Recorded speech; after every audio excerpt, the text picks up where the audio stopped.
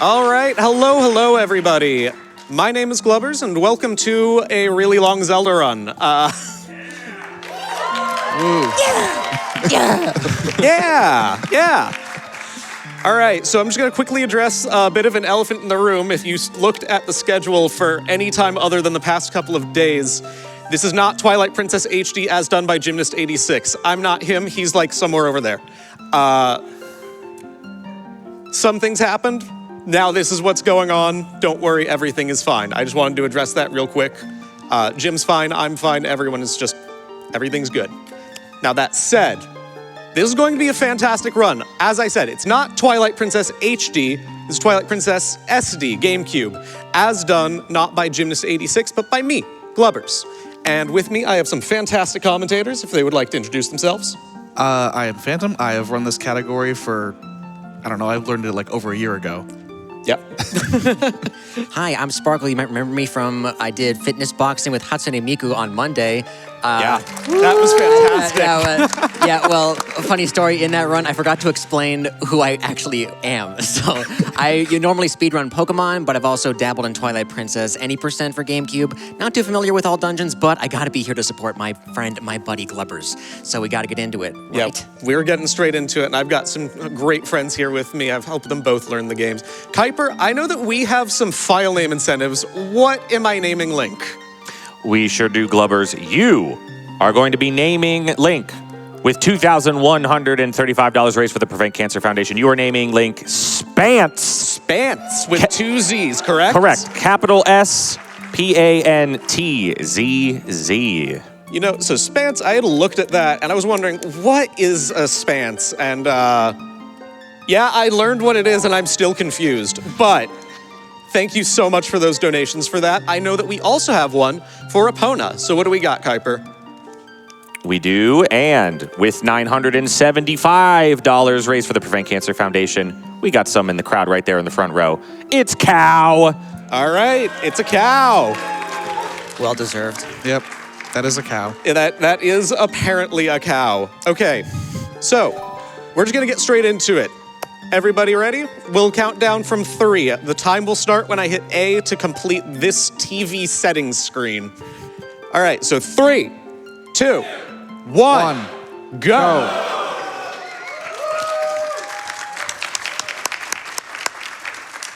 All right, so as I said, this is Twilight Princess SD, but the category is the same as it would have been on HD. This is going to be Twilight Princess All Dungeons, which I'm going to get into my history with the category after I do the trick that happens 45 seconds into the run.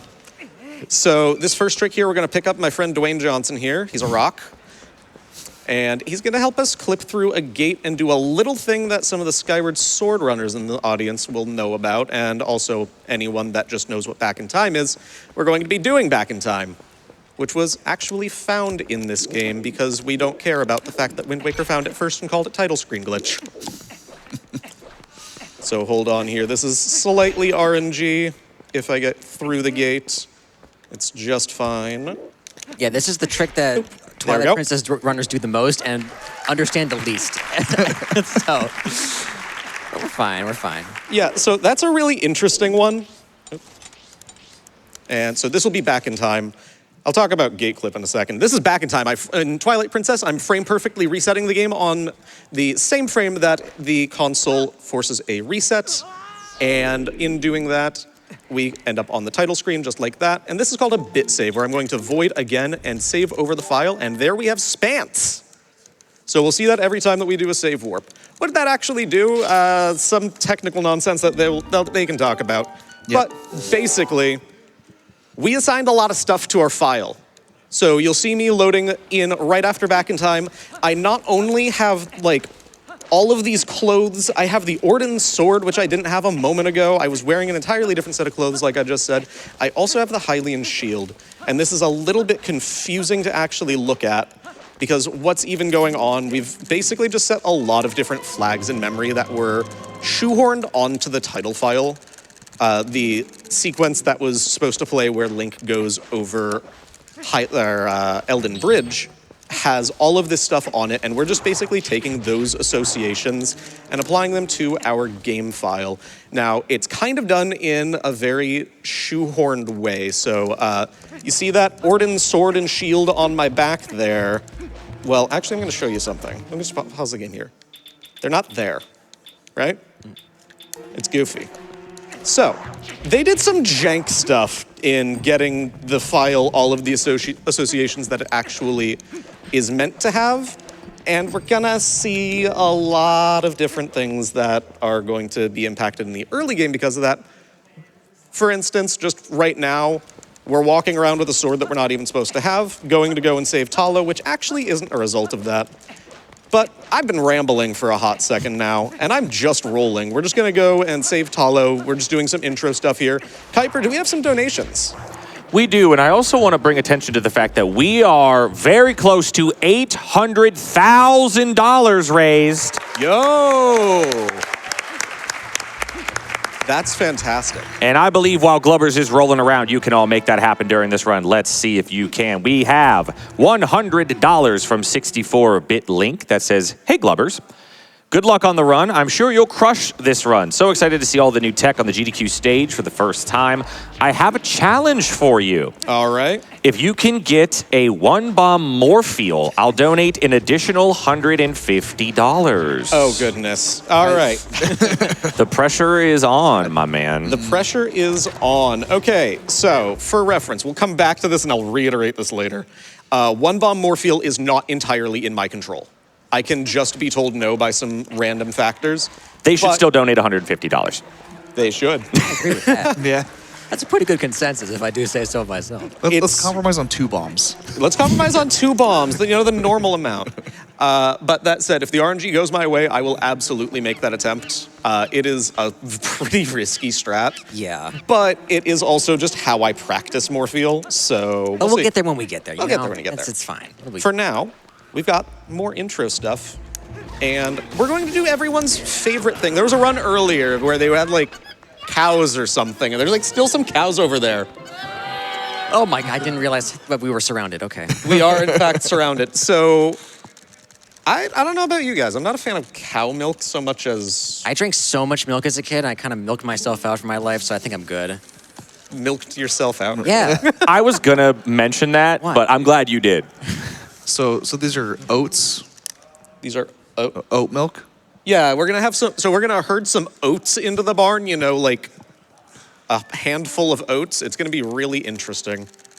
No, we're going to be doing goats. Whoa, I see them. Everybody loves Twilight Princess because of the goats. Look, I can even pet them. Wait, you can? Yeah, did you not know that? What? That was such a genuine reaction. That's never happened before. That's really... Yeah, no, you can herd the you can herd the goats. Well, yeah, yeah. Okay. Yeah, well, we know that. I saw that boy over Yeah, there. so the goats are completely RNG because basically they're all assigned like a specific like aggro value or like just some way that they react to Link's whooping. Yep. And they can either be super, they can either react from very far away or very close up, and it's just completely random. So this is just a very polarizing sequence. They But could this also is just like- decide to do that. Yeah.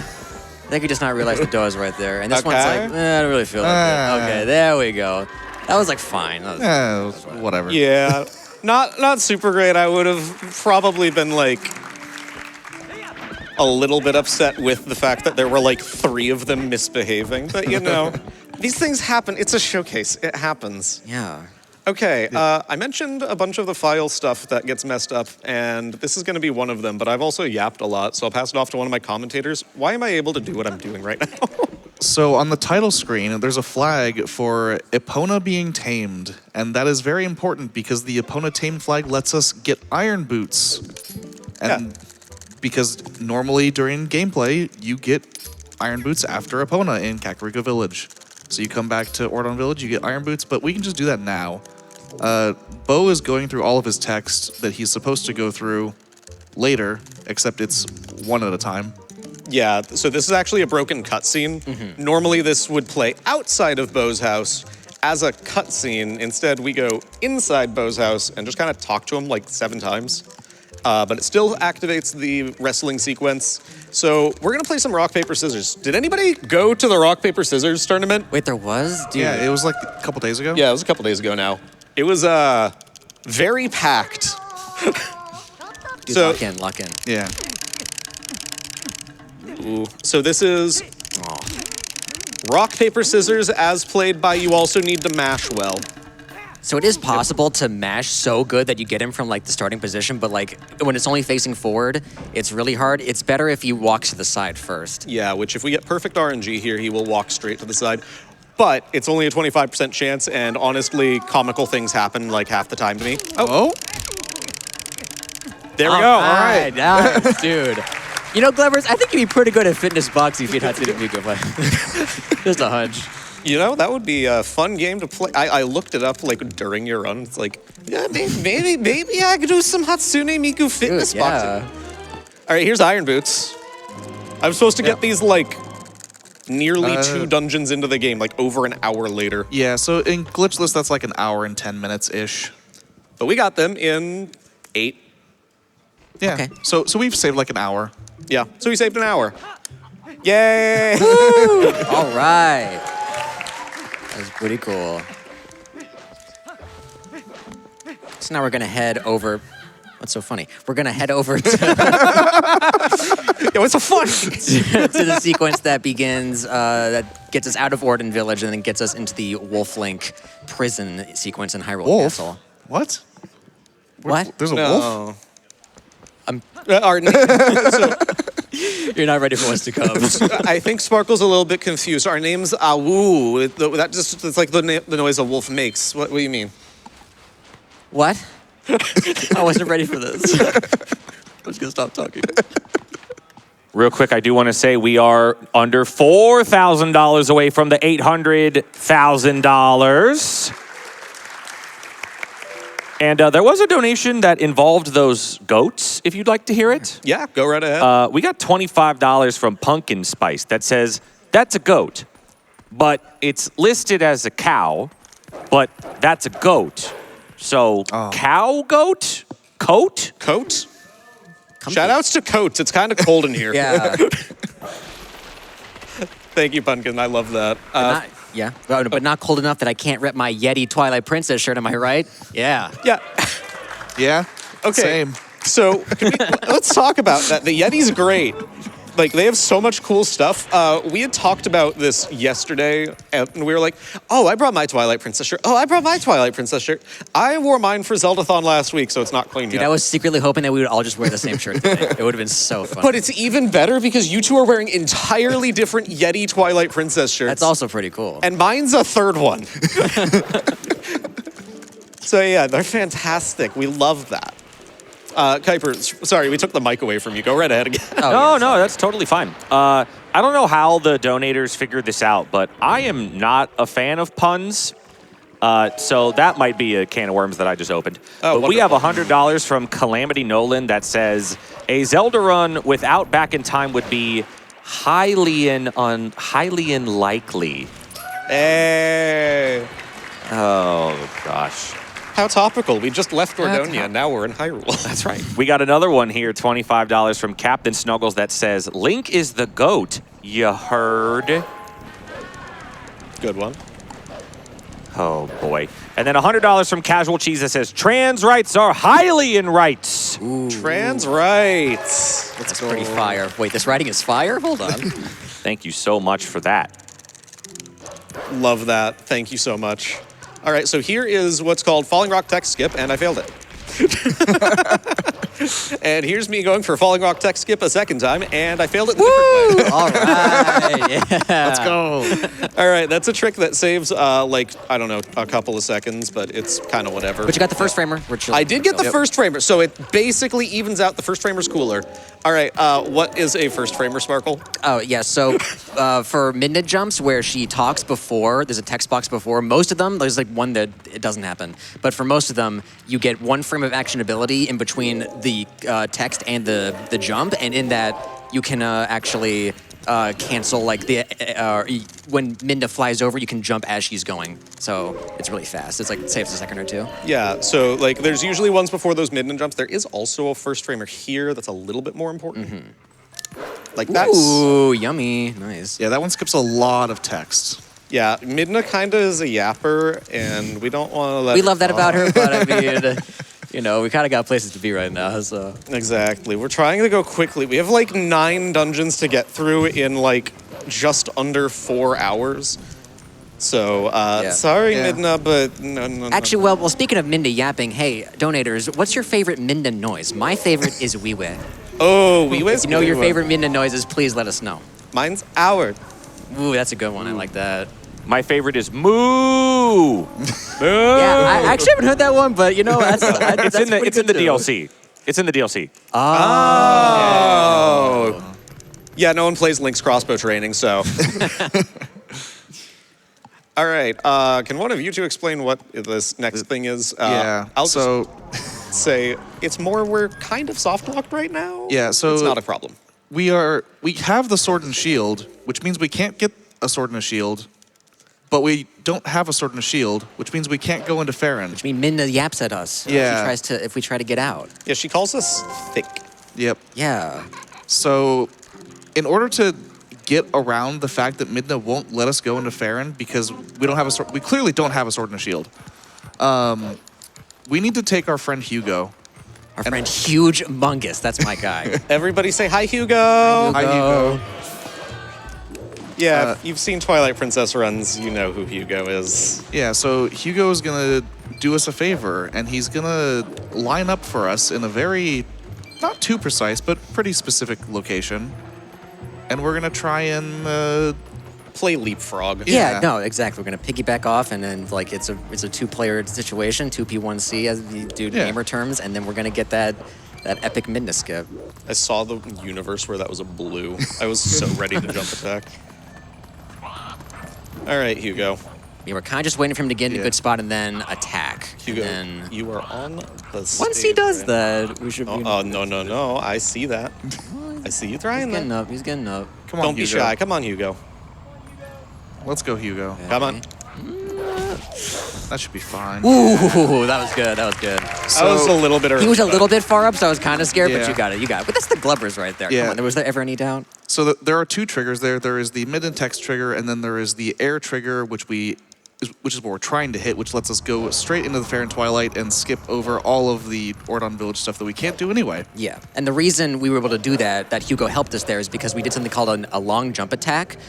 Basically, we'll see a lot of that later with a different circumstance, but that was a regular long jump attack, which basically Link was trying to jump where Hugo was in the air, which made him jump really far, or more than normal, and was able to reach the air trigger for the cutscene to skip Midna text. So thanks, Hugo. That was really helpful. And he didn't even die. We just did half of his health. And he's going to walk away a free man, and then we're all happy about it. So really awesome for everybody involved.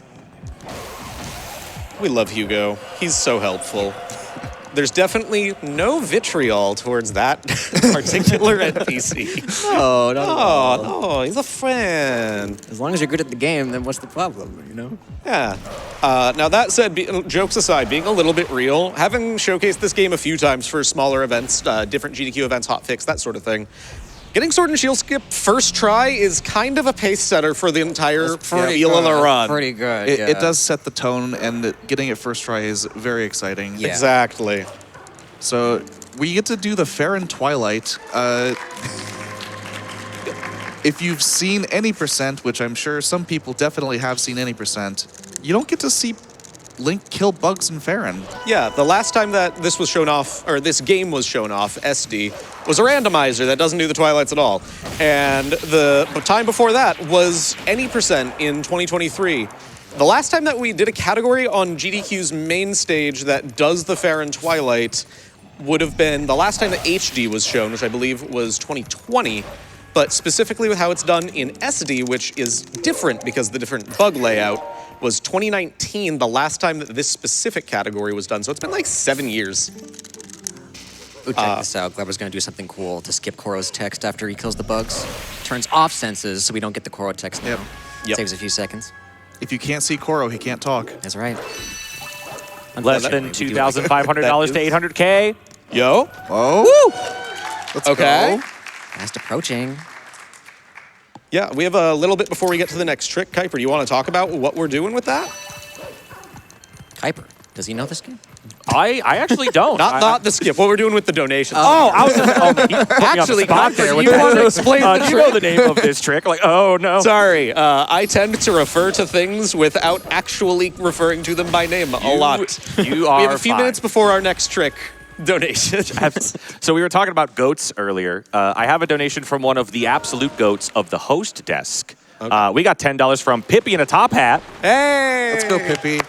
That Hi, says, Pippi. Glubbers, I would say you're the GOAT, but Howard is the GOAT. Thanks for being such a terrific friend, Dungeon Boy. I'm so excited for you running the most dungeony Twilight Princess category. As always, you are the definite article. Thank you. I am indeed the indefinite article, definite article. I don't remember what Dude, she says. yes. I don't know Bars. the English language. Got time for some more? There's a lot. Yeah, we got time for, we'll say, 2 more, but we're going to be doing a trick here in the next room, so. All right, we got you $10 from Crazy Comics that says, howdy, Glubs. It's been so wonderful to get to know you over this year. From meeting you last AGDQ to this run, it's been so wonderful to get to know you, my friend. Love you, brother, and best of luck on the run. Love you, comics. Thank you. And we got another one here, $10 from Asher that says, hey, Glubbers. So cool to see you back on the main stage with probably one of the greatest Zelda games. Good luck on the run, and shout out to Cow. Cow. Moo. All right. I think that Phantom explained the last one. Sparkle, Yeah. what's Early Did I? Master Sword? Oh, yeah, so we got the midnight charge attack just now, and we can use that right away to do something really incredible, which is, so I explained Lam jump attack, but this is something different. This is a midnight super jump that we're gonna do, which when the Shadow Beast here does the right attack for us, like that, perfect. Perfect. You see First that? try. Yeah. So he raised his arm up to attack and then he shifted his hurt box such that Minda's targeting for her jump attack shifted upwards at an angle such that Link jumped super far to hit him and then jumped onto the ledge, which let us jump down to the Sacred Grove right away.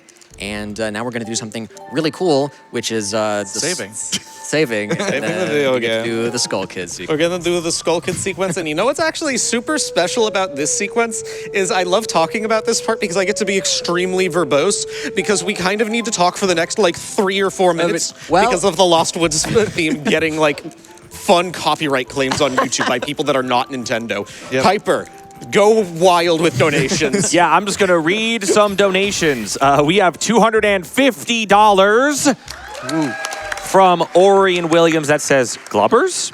The Glubbers. Glubbers. Name Spance. On a cow. Good luck.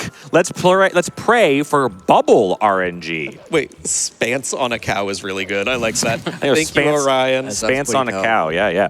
We got $25 from Glan that says, wow, is that my pal The Glubbers on the GDQ stage once again? Good luck having John Zelda Twilight as a princess or something. I don't know. I didn't play the game. Oh, I love Glan. Glan is a great friend of mine. This is, like we've kind of alluded to, this is not my first time on the GDQ main stage. I actually ran AGDQ 25 last year, just a year ago now. I ran Echoes of Wisdom, and Glan is a great friend and a fellow runner of that game. He was on my couch for that game, so fantastic We person. love the wholesome chunk as well. I love So that to see it. man. You love to I see love it. that man. Oh yeah, so Glubbers, in any percent, we don't actually do Fair and Twilight by killing the bugs, but you do in all dungeons. But you can still beat the game and Forest Temple without killing the bugs. So why do we do it here? So we do it here for a few reasons. The main one being that we want the state of North Farron set into North and South. We want to be able to set the state of North Farron in multiple ways. But basically, I just did a thing that I normally do and said I wasn't going to do. So basically, we want to be able to spawn NPCs in North Farron, namely the gold wolf that ends up in North Farron is how we're going to get our ending blow, which is required to beat the game. Further, we want to be able to get into Goron mines, which we'll talk about more, which does require North Farron for this category. Oh, okay. And we just want to get to Temple of Time. There's a lot of reasons we want Farron done in all dungeons. It's just very needed. It's our most popular spot to warp, actually. Now we get the Skull Kid battle sequence. So basically here, all we have to do is kill at least one puppet, and then a timer is set, and then Skull Kid will attack after a while, and then we can hit him. So it basically, you don't have to kill it like... It can happen where you can like kill 3-4 puppets with jump attack, but ideally you just want to kill one for hit lag reasons, because you just lose a few frames for each one you hit. Yeah, like I right hit there, a million. Yeah. But like it's fine. Like, It's fine. It doesn't really matter. It's whatever. Doesn't really do anything. I have a lot of rupees. 10's pretty good. Woo! The no save and quit task has 11 at this point. Hey, that's pretty impressive, That's pretty Glubbers. impressive. Yeah. No, so the funny thing is, this is known by a decent number of people in the Twilight Princess community. I'm known for having just ridiculous rupee RNG. I'm gonna just grab that so I can match the task. It's fine. That's my goat. I've had like 17 at this point before. It's kind of a lot and it's kind of wild, but you're gonna probably see like, to the point of, I did a practice run yesterday where I didn't get good rupee RNG, and I told Phantom, like, what do I even do right now? Like, normally I have such a surplus. I just don't pay attention. Right. Now we got the Reggie puzzle. Uh-oh, this is pretty difficult. True. Glubbers get past this, I'm not sure. This is a very obscure puzzle. We call this puzzle Durdaloo, and by we, I mean me. You gotta swag senses. Come on, bro. Uh, Yes, there we go. Come on, hey. That's a 2-frame trick, dude. Come on, that's pretty impressive. there you go. Yeah. There you go. Yeah. Whoa. Okay. A very interesting segment right here. That's very, very and- interesting. Oh, there we go. Where do they right. even get this room that just has like these random pillars of jumping puzzle? It's another dimension. Oh. I mean, they're the Reggies. They're pretty powerful. They can summon entities unknown to Anyway, mankind. Master Sword. Oh. So that sword is really big. See how big it is next to Wolflink? Yeah. Whoa. Well, it is notably bigger than the Orden sword. It is notably, it's bigger than Wolf. Like, how are we going to wield it as a wolf? Wow. Wow. Isn't there supposed to be someone there? Why doesn't she spawn in this cutscene? It's so weird, right? Yeah. It is a little bit weird. What's up? Whoa, it was Link the whole time? What the heck? Bro, I wasn't expecting that. Wow. Okay. Oh, man. Well, Minda's all the way over there. Oh, but there she is. Keiper, this is literally like a 2-minute cutscene. Please help us. I can help you out. We need less than $1,000 for Nice. $800,000 total raise for the Prevent Cancer Foundation. And we had some help getting us there. $50 from Miss Astrus that says, The Legend of Zelda Twilight Princess is a masterpiece. Can I get an awoo? Woohoo, right? Like woohoo. Woo, yeah. Ah, woohoo. Awoohoo. $10 from Anonymous that also says, awoo. I am very afraid of peeking the microphone if I try to do an actual woo. I got $50 from Paladin Breakstar that says, I'm here for speed, shenanigans, and gender ambiguous heroes. Oh, look, a Zelda game. Trans rights. Trans rights. You are in the right place if you're looking for all of those things. Anyway, here's the end of this weirdly emotional end to this cutscene. Like, the music's just like, yeah, so we'll just keep Yo, I guess we have a going. Master Sword now. What do we do with those things? We have the ability to warp. Ooh. Very important. Ooh, okay. And the ability to warp, actually, if we talk about the actual route structure, instead of just kind of being like, this is a video game, we're playing video game. So the All Dungeons route actually currently hinges on the ability to do only one of two kinds of warps. So normally, this is one of the main differences between any percent and All Dungeons. It actually used to be considered, and was the last time it was shown off, somewhat known as any percent plus DLC, because it kind of was just any percent where it could be. But now, thanks to route changes that are nearly 5 years old, this route is turning 5 this year, or at least the baby version of this route. We instead use a thing called text displacement that we'll get to later, which lets us skip what we call map warping. Phantom, what is the jargon I'm saying? So, text displacement, we'll see it in action quite a bit later. Yeah, we can talk about that one later. But like, what's the map warping stuff? What's map warping? What's So- midna warping? By normally, later on, when you go to the Kakariko Gorge, you get the ability to warp using the map screen, which typically that's how most people probably would do it. Open the map, press Z to activate the warps, and then warp. We can't do that. Nope. Ever in this run. So in order to teleport, we will have to talk to Midna every single time. That will have implications later as well. We'll get to that when we get to it.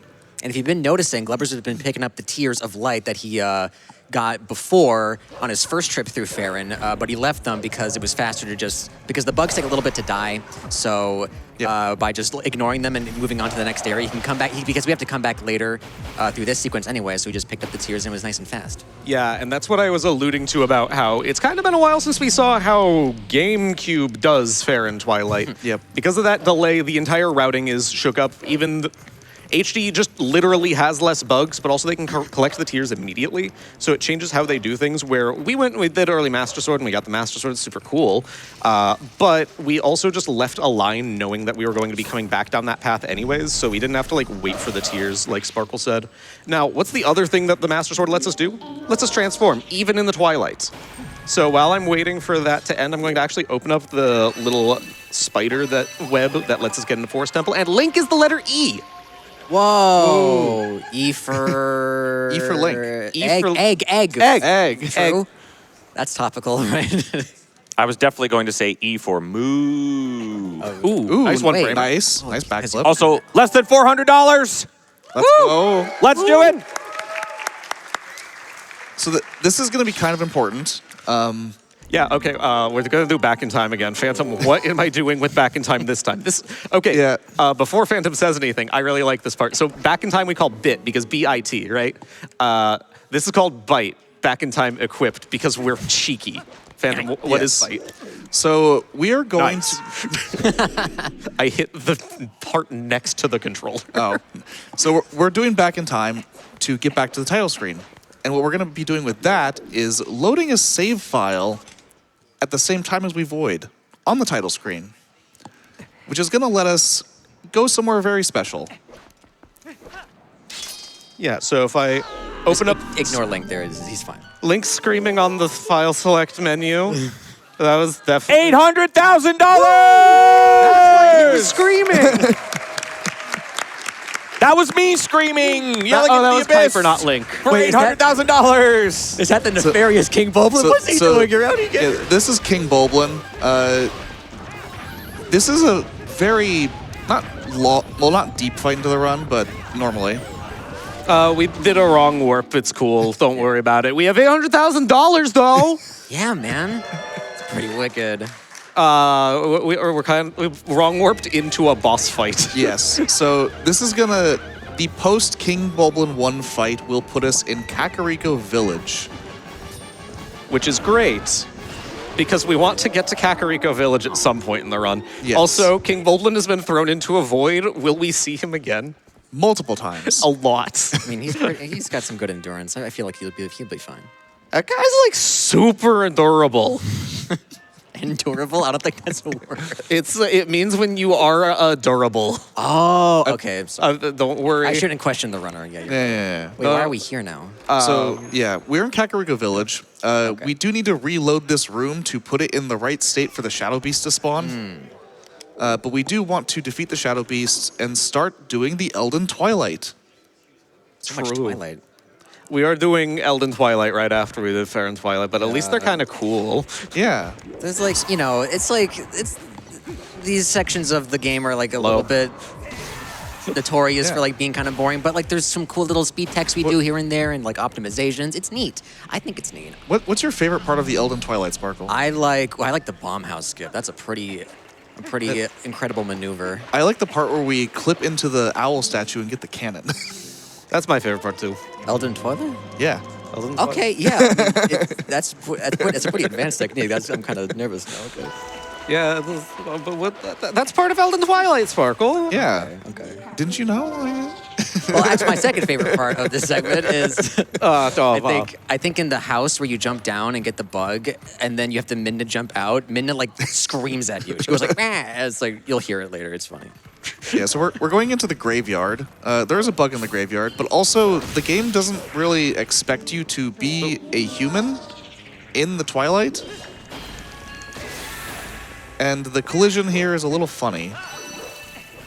So we can clip right through that well. Yeah. And so normally what the routing would be on like an any percent route. This is an all dungeons exclusive thing. It has to do with the fact that we don't have map warping. We're going to, normally we would like leave open that way that we can come back and like have fun with all of just going through Elden Twilight. And we would normally do this like 2 hours into the run. Yep. This is instead done here for some very fun reasons. It's going to be great. I saw that coming, but Yeah. it still spooks me. I see it coming. work? Yeah. No, that'll work. Okay. We're chilling. We're chilling. Yeah. So somewhat precise position and angle. We can clip back here with a transformation and activate the flag that, I mean, Shad is apparently here and we can't warp the cannon. Yeah. Can't you tell? Midna just said, except that guy's still here with us. Yeah. Like, But that sets something up for way later that's going to be very helpful. So. yeah. And now we're not going to talk about that for like 2 hours. So write that down. It'll be on the test and you'll hear the answer in 2 hours. Yep. So let's go to Malamart. Yeah. Wait, really? Yeah. Dude, I've always wanted to go. Oh, wait, this Malamart? Yeah. Oh, okay. Oh, no. I thought you meant like actually. I was like, No, we're not okay. going to the Castle Town Malamart, no. That would require like 1,200 rupees. Cool little thingy here where you can bump the wall on the left, and then if you, for some reason, mashing, I'm not sure if it's like to what degree it like helps the bug come down, but like it does, so it Yeah. makes that move a little bit faster. I don't think you have to mash the L button. I'm just do It's it. just a stimmy thing? It's Okay, like a that's stim fine too. thing. That's Yeah. fine too. But it's like a community stim thing. It's like Everyone 2 in does 3 it. runners do it. Yeah. Well, this Yeah. next room is pretty cool. I like this next Yeah, this is the Eld Inn. So Kuiper, you like puns, right? No. So this is a hotel in Eldon. Mm-hmm. It's called the Eld Inn. Wait. All right, can someone else get up here for me? Anyone else want to take the headset? I have some donations if you got some time, though. Ooh, I love puns. Do you have any of those? Not yet. I think chat has not caught on to the grief that they give me. But we do have $250 from Drander that says, morning. 800K hype. Hype. And I have another one here, $10 from Anonymous that says, long-time watcher, long-time donor, first-time attendee. Welcome. Thank you, GDQ team, for all you do and all the money you help raise. Let's kick cancer's butt. Welcome to GDQ. So glad that you could attend finally. I got more if you got time. You got time. Keep going. We got $10 from Squidwee. Squidwee. Oh my God, Squidwee. That says, hey team, Modwee here. Huge shout outs to Glubbers and Jim for being kinda cracked at Zelda games in the Big 26. We are respectfully observing the run from the group chat. Good luck, have fun on Glub. I'm in On a glove. Thank you. Oh my God. You mashed too fast. Thank you, Widwee. I mashed too fast? Yeah, then you didn't make a funny noise. I wanted to hear it. You're too good at the game, bro. Come on. We'll have time for more donations here in a second, but we have a trick coming up here. So, who wants to take a crack at how to explain Bomb House Skip? Which one are you doing? It's Wolf. I literally do not have the boomerang right now, Sparkle. Yes. Look, I'm an 80% runner, okay? So, very precise. So, coming out of this door frame, Link is always going to be in the same spot, so Glubbers can just hold right to get exactly where he wants to be. And we're going to do some jumps to kind of get around this trigger where the bug is going to run into the house. Nice. Nice. And we can kill this bug before it ever enters the house, thus... Hey! Wow, presents. Dude. There we go. Call it the 12th day of Christmas. This is awesome. So most cutscenes in this game are skippable, but the bomb house exploding is 45 seconds of an unskippable cutscene because it was too fancy. Yeah. So something that's really fun on the HD version, and it saves like 42 seconds if I remember the timing correctly. Something that's really funny to me is when I was talking to Jim about the run beforehand, about like specifically HD it works. He's like, yeah, it saves like 20 seconds or something. Like, what do you mean it's that much shorter? It's a cutscene. But no, it is shorter. I And also, the wolf variant of that jump is a lot more tricky to do than the boomerang counterpart, but we don't have the boomerang right now because we're doing all dungeons. So you have to do that trickier variant. Oh, the thing happened that Sparkle liked the other day. 42. Whoa! Wait! That was pretty good. I have never seen that ledge grab. Yeah, because I somehow turned around. Wait. Yeah, that's never happened before. I've seen like collision there, but what?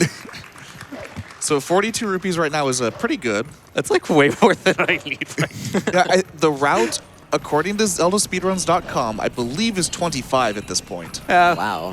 I have quite a few rupees. Dude, can we please go to Malamart, please? Come on. If I get 1,200 rupees, Sparkle, I'll go to Malamar, okay? Okay. All right. We can go to Malamar after the run, okay? Aren't you gonna play the song here? We need some hidden skills. No, there wasn't a Majora's Mask run. That song that only makes sense if you realize that song of healing. So we have some more shadow beasts up here. This one is... Wait, but we might. Oh, what's up? This set of shadow beasts is pretty important. We'll need this warp. This is actually probably one of the most important warps. Yeah, this one's pretty important. This warp is one of the reasons, on top of just completing Elden Twilight itself, that we need to do Elden Twilight. Yeah, definitely. We'll be using this to get to Goron Mines later, which we don't see at all in any percent, but Yeah. we got some pretty cool stuff coming for ya. And if Glubbers got a good timing on that, you can get this early cycle. Oh, I'm I like think way early. Yeah, Yeah. there's like, so no matter how fast you do that Shadow Beast sequence, there's always going to be the smoke here that comes out to stop that blocks Link from jumping. It's like probably you have like 5 seconds of buffer or something. I don't know the exact amount, but yeah, if you can meet that first cycle, it's fine. Also, this part is just like A lot of enemies, always, yeah. we got Elden Twilight. Yeah. We're done with the Twilight, yay! Woohoo! Okay, so it's been just shy of 40 minutes. So it's been about 40 minute now, and we're kind of running the all dungeons category. And we haven't seen a dungeon yet. What's a dungeon? The funnier thing is, I looked up at the timer, like, oh, it's like not even 39 minutes. It's like, okay, yeah, I have a thing that takes about a minute, and then I go into a dungeon. Yeah. It just takes about 40 minutes to get into a dungeon. One of my notes that I do have is it does say to do all the dungeons. Oh! Dude, speedrunner who looks at a timer and goes, "Oh, I gotta get going." Oh! I gotta get going. We got 9 dungeons to do. Oh, there's a funny doggy here. There's a funny doggy here. Oh no, Link's turned around. Oh no. What? Link, watch out! No, he's got his AirPods in. No! He should have moved. He should have moved. Dude, that's topical. That's topical. That's a good one, Kuiper. right. Yeah, so this is very required. This is how we get ending blow. We need this in about 3 hours. Yeah. We need this for exactly one thing, and it's the point that I call time. I mean, hey, it's useful for one other thing that we'll get into It's later. going to Yes. be useful for one other thing that's going to save us a lot of time. It's going to be Yeah. very cool, and I'm not going to talk during it, but you guys are free to talk during that because I just would probably not be able to stop myself from saying some choice words. I'll take the reins. It's fine. Thank you. Now Anyway. we're gonna get the ending blow from the Hero Shade. What a cool name. Yeah, the Hero's Yeah. Shade. So this game is actually the direct in-timeline sequel to Majora's Mask. So that's the guy from Ocarina of Time right there, as he grew up after Majora's Mask's events. And I hear that we have a run tomorrow, I believe, that is a bid war for blindfolded of either of those games. So if you guys like Zelda, if you're in the audience, sorry, you like Zelda. I just chose that for you. I'm glad that was met with cheers. Otherwise, there would be a lot. It would be pretty awkward. You know, Glubbers, you mentioned bid wars. I do want to say we have a couple things open right now.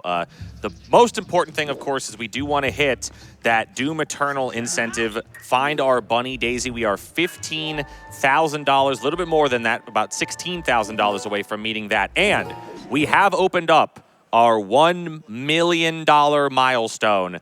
If we can hit that by the My run, we will see a level 15 showcase. It is the hardest level available in the game. So you are not going to want to miss that. And of course, Ow. you mentioned Bid Wars. We got Save Kill the Animals coming up pretty soon. Ooh. Yeah, so Glubbers is trying to do another back in time sequence here. This is like a 2-frame window. There's 2 frames that work. And if he gets it, there's going to be a cool... he's gonna, nope. No. So like, there's a save. Basically, like there's 2 ways you can do it. There's you can hit pause after or on the 2-frame window, or there's a 1-frame window where you can hit item wheel and then soft reset from there. And Glubber's already saved, so he can do that now. Yeah. But yeah, if he does get this, well, anyway, when he does get this, excuse me. Oh. Yeah, it's very finicky with the loading zone too. It is. But it'll set up a very helpful situation with Forest Temple that lets us do the dungeon a lot faster. So even if it takes a little bit of time here to set up, it's extremely fast. Absolutely. Yeah. This is definitely one of the more finicky ones in the run. Yeah. Because it is a quote-unquote 2-frame window. It's like reacting to the different kind, like exactly what you get. There we go. Perfect. That took a little bit, but that's perfectly fine. These things happen. Yeah. I'm pretty sure that my PB has something like that happening. So, So, remember when we fought King Bulblin? yeah. We're not doing it again, are we? We're not going to fight King Bulblin, but we're going into the cutscene. Yeah. Okay. You scared me, dude. Okay. So this cutscene is what lets us set a series of flags that we call EBF. Yeah, Yeah. that's cool. It's called EBF, and EBF is going to be relevant in a little bit, but it also has to do with the monkeys. Hey, who wants to talk about monkeys? So there's a bunch of monkeys in this dungeon, right? Yeah. Do we like monkeys? Hey, chat, do we like monkeys? Yeah. They're pretty cool, right? How many monkeys are you supposed to save? That was a what? very enthusiastic call for monkeys. Thank you, whoever did that. All right, we like monkeys. Do you got to go for spider skip? Come on. This is gonna be so cool. Sure. So this here's Nancy. Yeah, so Nancy is... Hold, I mean, hold. whatever she feels like doing. Oh. Okay. Well, we need her to turn around now. She would still see me. She would Yep. still see me. Keep turning. Keep turning. Not that way, Oh. Nancy. No. Come on, the fate of this run depends on you, Nancy. okay. Please. This will... We need your help. Oh, okay. Okay, yay. So, That saves 7 seconds that I lost very easily. But you know what? It's cool. yeah, you can go It's get fun. the Deku Baba nut from the second one to kill Nancy, but the thing about that is the hitbox and the way it's aligned with the wall is very, very weird, so the nut can just, like, basically clip through Nancy and just break and not Yeah. do anything. So it's like, either way, it's like you're kind of just... We got monkeys. We got monkeys. Look at all the monkeys. Yep. Holy cow. Holy cow. Wait, dude, topical. Let's go. Yeah, so the thing we did with the skipping the cutscene for King Bulblin is what sets our number of monkeys to what, like 20? A lot of Something. monkeys. We got a lot of It's in hex. I think it's like, if it's 20, it would be like 2-0, but yeah. Yeah. So it's a lot of monkeys, and then it gets reduced down to the 4 that are actually here. Yeah. But that lets us skip basically all of the first half of the dungeon. Yeah. Game go. Oh, you have. We're going to have like a bajillion monkeys. Here's a Whoa. big monkey. Nice, big monkey. He was nice too. Okay, we're good. Where is Link? Oh, behind the pillar. Yeah. Oh, because we have the monkey. Master Sword, we can just one cycle him really easily. Yeah, so that was Ook.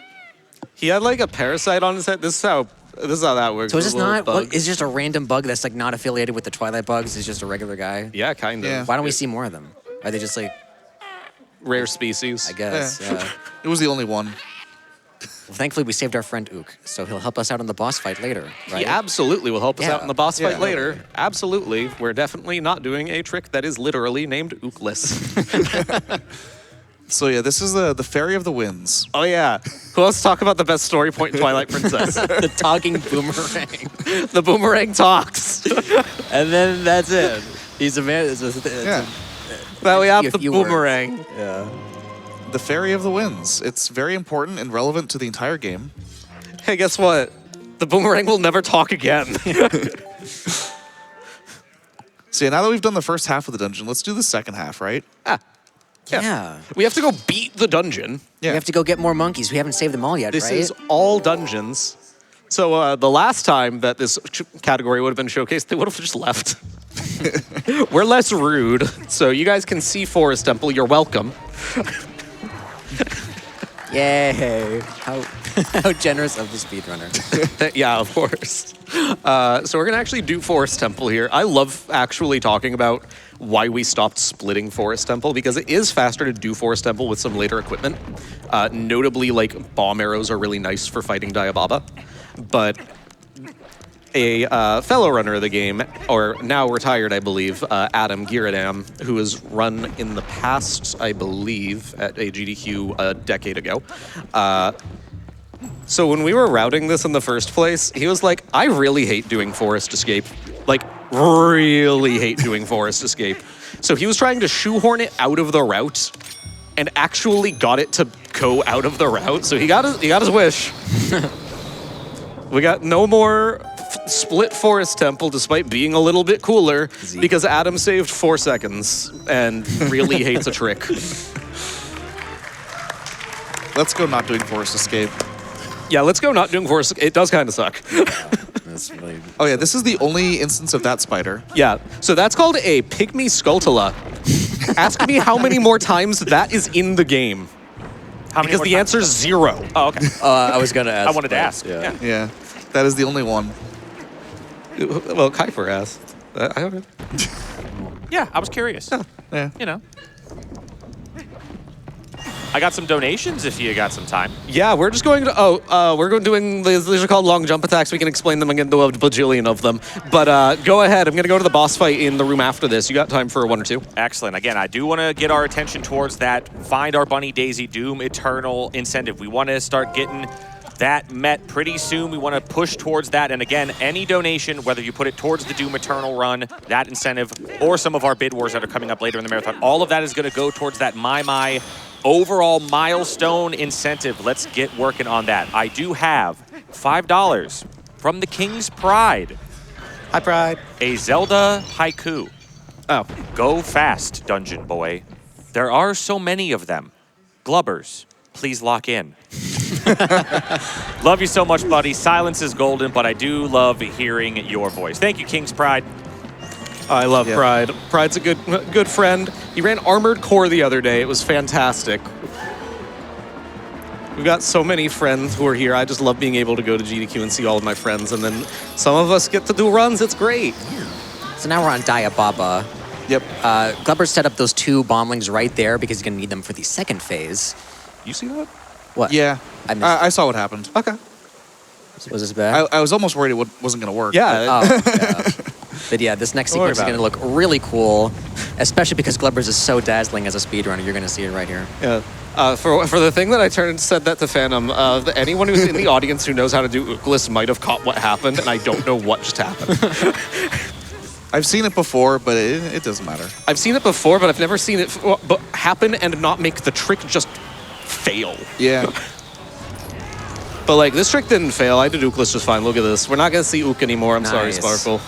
Oh man, that's fine. You're really cool, Yeah. so it makes up for it. So you're supposed to wait for Ook to bring a couple bomblings through, but if you can smuggle them through from phase 1 to phase 2, it doesn't matter. Yeah, thankfully the bombs do not actually tick down during the cutscene, so they're pretty much fresh by the time the second phase starts. And by throwing the boomerang with the bombs in them, it actually refreshes their timer. Yeah. You guys can keep on yapping because it's been like 50 minutes and I So have parched lips. we have Yeah, a so heart container, a really desired item in Legend of Zelda. Phantom, Yeah, please help me. we will be getting quite a few hearts. We do actually want health. We do really want health in this category. This is not any percent. We do want more than like 4 hearts. This category is kind of dangerous. Things hurt me. I'm going to go to the deadliest dungeon, in my opinion, next. So Yes. The next dungeon, basically everything is going to be doing half a heart at least, sometimes up to 2 hearts. Notably, we're talking about the next completed dungeon. We actually Yes. are going to a different dungeon first. Yeah. Yes. We're going to multiple dungeons. What? Really? Yeah, we're going to 9 of them. There's going to be 9 whole dungeons. Oh my god. This was one. So 50 minutes in, we've done one of the 9 dungeons. That means extrapolate. Oh, we are 1/9 of the way through. Yes. What is 51 minutes times 9? What is 450 minutes? That's like, how many hours is that? Okay. Yeah, that's longer than 100%. We're not taking that long. Say hello to Cow. Look at hi, Cow. Hi, Cow. Everybody say hi, Cow. This is Cow. Hi. She's gonna help us go places. Yeah, this is, I think, the only time we use Cow. Well, horseback. Well, sure. Okay, at the end of the game, we'll see Cow again. The end of the game during the horseback fight. This is the third time or second of 3 times we use Cow, yes. During the Cowback fight. Cowback. Yes. Yeah, we have Spance on Cow. Spance on Cow is just really weirdly fun to say. So we do have a trick coming up here. This is a Linearu gate clip. So, Oh. I just like saying gates or suggestions like as I'm doing it, but yeah. you know. I mean, there's a gate. There's a couple Boblins outside the He's gate. gonna drive by these Boblins real quick. Yeah, I'm gonna apparently mess up my stamina management. and, That's you know, fine. I'll know. They're gone though. Bye-bye. Yeah. So this gate sometimes exists. Yeah, so we'll see how stubborn the gate is today. Yeah. It's- Wow. Nice. Okay. Very, very nice. Yeah, it's pretty much just like whatever the gate feels like when you side up into it. Yep. There's like your angle's kind of precise, but besides that, there's not much you can really do about it. So, but we're good. So, So that trigger for the cutscene is very far away. what did you see that? No. I definitely just saw something. That was just a little bit of body hoarder. Don't worry. Body order? That's a that significantly later. more disturbing statement. No, that's just some body horror. We'll get more of that later. We're doing Pillar clip up. Yeah, you did this trick before. Yeah, I have. So Sparkle. Pillar What clip- am I doing? Yeah, so Glubbers is going to go swim to Lakebed Temple, which you might be like, what? How can you do that with like, the coveted Zora armor to, you know, scale the 7 seas at your will? Well, we can use the iron boots we got to sink below, and with a very precise, not terribly precise, but it'll look precise, he's going to fall below the pillar here, unequip iron boots, swim a little bit forward, swim up, and then oopie-doopie. whiff it, and now he's going to drown. But that's okay. Oopie-doopie. That's okay, we can Hello. just try it again. It gives you more Yep. time to explain it. But Yeah, I did that so that we can keep explaining the trick that's weirdly specific to explain. yeah. Sparkle, keep going. Okay, so when he does it right, he's going to swim forward and noticeably When he does it right. clip in to the pillar, and then so he will clip out of bounds, but like so you can just go out of bounds from there with the iron boots, but it's like a little bit too precise. So what we're gonna do, what Glubbers is gonna do correctly, is he's gonna call Midna and freeze himself in place, and then see if he's in the right position. And if he's not, then he might. If he's a little bit below where he's supposed to be, he'll like slowly rise up and then clip out of bounds. Then to which, fourth when, he can then equip the iron boots and swim to the entrance to That's Lakebed weird. Temple. I'm just going to go up. Yeah, Yep. chilling. But yeah. Wait for the thing to go away. Bye-bye. There Yeah. you go. Oh, yeah. Also, the air meter is weird in that, like, when you see it just started popping up here, if you surface and then go immediately back down, the air meter will immediately start counting down again, which you don't want. So we have to wait for it to go away. Oh yeah, that's fine. That That could have been midness. That looks like genuinely Glubber style right there. Yeah, I'm usually like really good at this trick, but you know, things happen on Dude, you stage. got It's first try, fine. Yeah. first try sword and shield skip though. So- And EMS. Remember when we saved in Sacred Grove? I do remember that. Thank you. I wasn't thinking about that. So, yeah, we saved in Sacred Grove over the first file, and that's because of a thing called EBF, which we kind of just didn't talk about what happened with Diababa with EBF.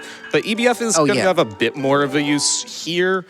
We've got like a couple of minutes to explain it. So what is EBF? So the early boss fights? Yes, early boss fights. Yes. So this flag is set when you enter and skip cutscenes and a few other things.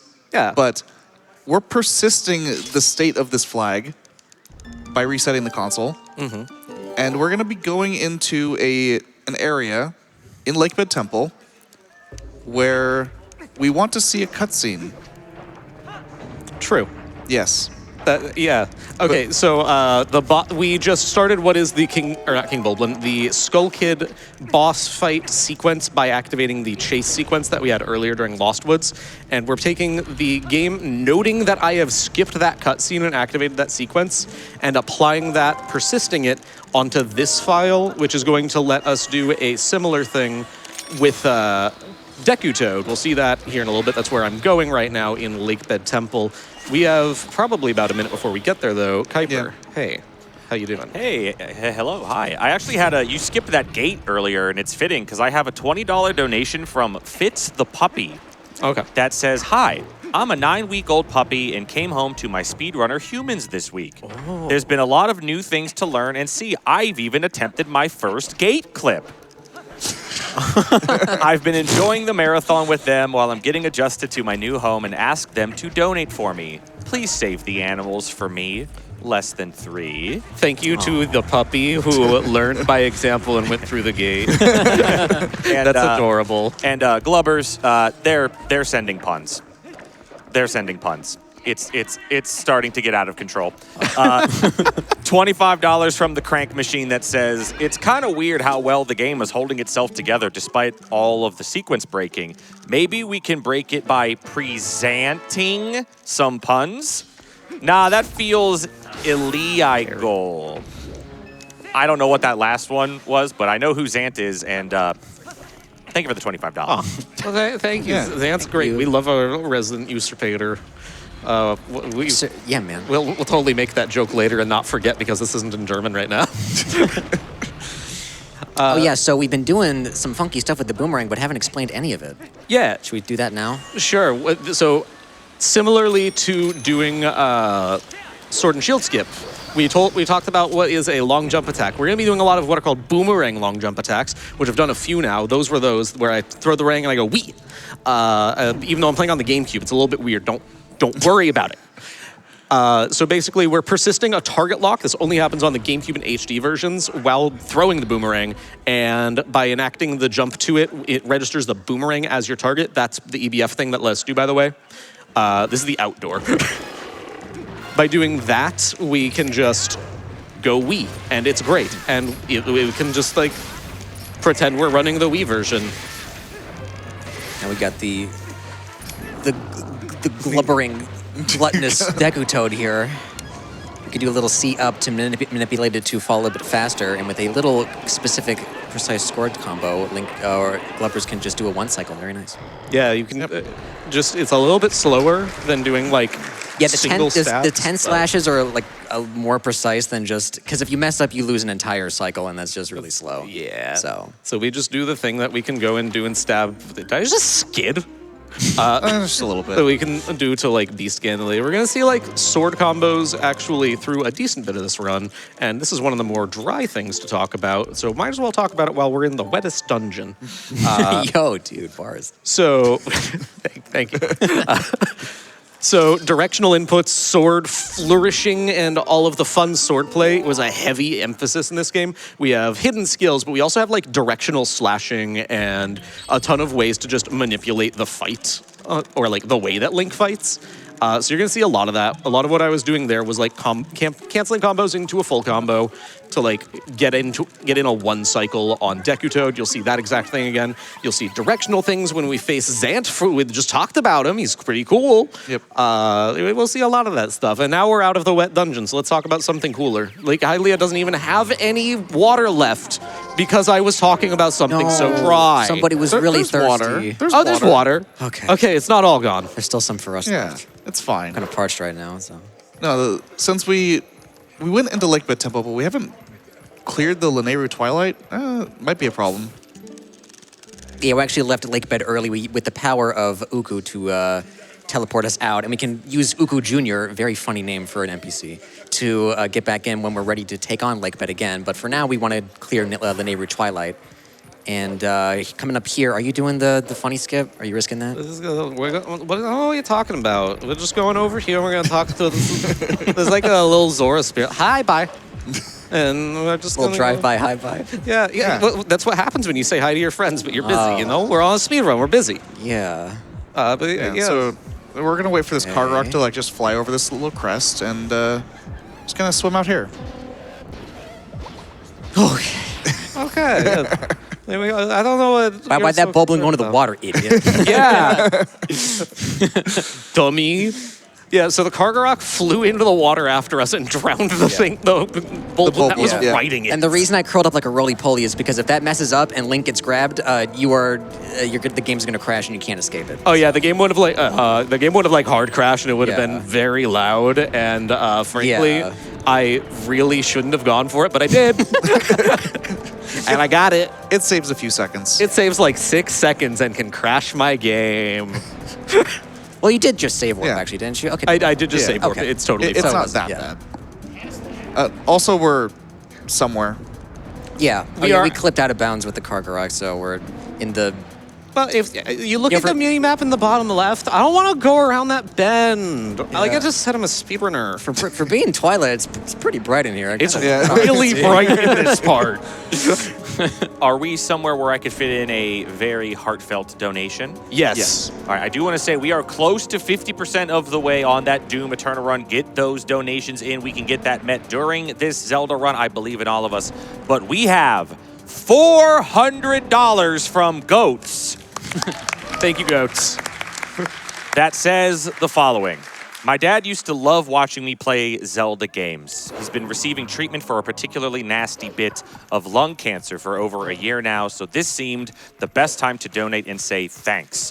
From all the runners and organizers helping with the funding to the researchers developing the diagnostic technology of the future, from the frontline doctors and nurses administering the treatments to the volunteers that give their time and care to help families get through it. Thank all of you so much. Less than 3. Thank you, Goats, for that wonderful message. Less than 3.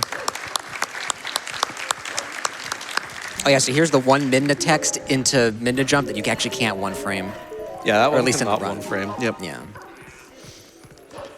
And then we're gonna go up to Zora's Domain, and you gotta be careful in the next part because there's falling stalactites. Whoa, no. Yeah, so this is this sequence here is why we needed to actually clear Elden Twilight, just period. You cannot start the linear Twilight without the Elden Twilight. Yeah. We need a very hot rock. Yeah. Yeah, we do. Unfortunately, we don't get to talk about the interesting thing about that rock. Because it just doesn't get applied anymore in any runs. It's like a thing in no speed runs except for Hundo anymore. But we're going to go get a giant rock. Because why not? I mean, the Zora's Domain is frozen, so you need to melt it with something hot. Beware. Beware. It really is miraculous. You just go to Death Mountain, and it's like, oh, there's just huge, humongous rock just falls from the sky, like way bigger than anything else that falls, and it's like, oh, we can use this. A giant rock. This could be useful. Sparkle, this really is your category for like all of the fun Midna noises that you like so much. Really? Because we hit the Z button 1,000 times. So, Do you hear that? oh no! Whoa. Look, it's a giant hot slab of rock. That's fine. Why is it so? It's a volcano. All right. It creates it's like an entire crater is made into the ground. Do the Gorons? I mean, it'd be a pretty yummy snack for them, I guess. So, not really a concern. Yeah, it's a fresh cooked rock. So, did the Gorons to excavate and level the Death Mountain? Do they just eat? They just they're their own lawnmowers? Is that what that means? I feel like some rocks are tastier than others. Oh, for but- sure. Yeah. What do you guys think the tastiest rock is? That's open for like anybody to answer. Get your donations if you in for have what to you think Exactly. the tastiest rock is. Donations for what the tastiest rock And salt is cheating, by the way. Salt is Salt cheating. is cheating. I agree. I agree with Sparkle. I agree with Glubbers. Salt is cheating. What do you two think? I mean, I saw something really yummy outside yesterday, actually. I might, if it's still there, I might go pick it up right now. This kind of reminds me of like when I had to take a basic. You need to take an earth sciences class in college for like gen ed stuff. I took a geology class, but it was like an online class because I didn't want to have to go to lecture for it. So they sent us like these rock kits, and this is an actual thing that geologists do, where they'll like lick the rocks to figure out like certain elements of the rock. Like, hey, is this salt? Right? And when I was doing that, there was one that was just like in 2 layers of bags, like a bag within a bag, and it told me to lick it. And I like, instead of writing down what I got from the taste of it, I just wrote down, I'm not licking the one that's in a bag inside of a bag. That seems like a bad idea. I got half credit because, and a note that said, fair enough. But yeah, we have the most interesting part of the run going on. Hey, Keiper, you're going to have a lot of time for donations. This is a 10-minute sequence That of is running. incredible. I have plenty of donations for you, Glubbers. We got $10 from Cloud. Oh, shoutouts to Cloud. Shoutouts to Cloud, the other person that was on that Echoes of Wisdom couch. Another charity event, another Glubbers Zelda speedrun. Your passion and commitment to working for good causes is inspiring, although I'm a little disappointed you aren't going camping this time. Good luck. Hey. Good luck defeating Vati. I mean Null. I mean Calamity. I mean Ganondorf. There we go. There we Sorry, go. this guy runs a lot of Zelda games. This is true. Those are all games that I run. It's fantastic. Hi, Cloud. She's fantastic. She's a really good friend. Was also on my Echoes of Wisdom couch. Plenty of people in the GDQ community know who Cloud is. She's fantastic. And I don't really have much to say other than shout-outs to her. She's saying that I'm an inspiration. She's an inspiration. Anyway, we got more time. $25 from Zelda. That says, so Zelda and Midna kiss at the end of this game, right? Sure. People in the crowd want that to happen. Apparently. Sure, why not? We do waterfall side up, waterfall side up. I can't Waterfall wait for side. this. Oh my god. I'm waiting all night for this. Waiting all night. All night. Early. Oh! Okay, we have the claw shot, it's fine. But yeah, Yep. there's a 3-frame window there where you can side hop off the waterfall. For some reason, Link can just like side hop in that state, and you can actually get to a higher part of the ledge and jump onto the little hallway that gets to the next bug. It's faster than just like surfacing and going down the normal way, and it looks really cool. It does look really cool. But thankfully, Glubbers has the claw shot, so we can do a backup to get back up to where you're supposed to be. If you don't have the claw shot, you got to save warp, and it's really lame. Yeah, there is another way that you can go that doesn't involve save warping, but it's like a lot of fun movement and barely faster. So it's like, if you're not very specific on what you're doing, you're just like, I might as well just save warp. Oh, I thought I thought I was going to get the double. the double would have been crazy. Hey, So- do you mind? This is everyone's favorite set of bugs. The lily pad bugs. It definitely never causes issues. Ooh, nice movement, dude. You got it, Glubbers. Yes. I'm so hyped right now. Since we have so much to talk about for Linear Twilight, we can bring up that on the Wii version on 1.0, when you kill the lily pad bugs, the light sinks to the bottom of the water and then has to rise back up before you can grab it. It's fantastic. It goes all the way down. And then if you see like how the tears are moving, where they're moving like really slowly, it's not the slowest thing in the world, but imagine it being all the way down there. Yeah. It's just like, okay, well, I'm going to stay here for like 15 seconds now. And that's like a perfect reason to like throw donations if you're running the Wii version, like I'm going to do right now, because I'm just going to keep killing bugs. That was a fantastic transition, Glubbers. That was wonderful. Thank you. I'm really good at weird transitions. Yes, that was great. $5 from Morgan that says, happy to see the bit save file name mod working on the big stage. Ooh, yes. Good luck with every dungeon except for Goron Mines. Oh, thank you, Morgan, for cursing Goron Mines, I think. $50 from Crane that simply says, Glubbers. And that's it. That's all it says. You know what? Fair enough, Crane. Yeah. That's all it says. $50 from 1183 that says, hey, Glub, not much to say except for a nice little good luck. Thank you to all of them. 1183 is a good friend. I've known him for a few years. He is, I believe, in Switzerland at the moment, but so he's not here, but he's awesome. Love him. Crane is here. He was the guy who was just kind of a dairy farmer on the That's a Cow couch. That's a couch. Also a very good friend. And I'm going to talk a little bit about Morgan, the first donation. It's so we had this file name incentive, and we have other incentives that are open, and I'll open that up to you here in a second. But the incentive for picking your file name, picking opponent's name, that sort of thing, when we did Back in Time at the beginning of the run, The fun part about doing back in time is that it actually overwrites the file name to be Link and Epona for the horse name in a normal setting.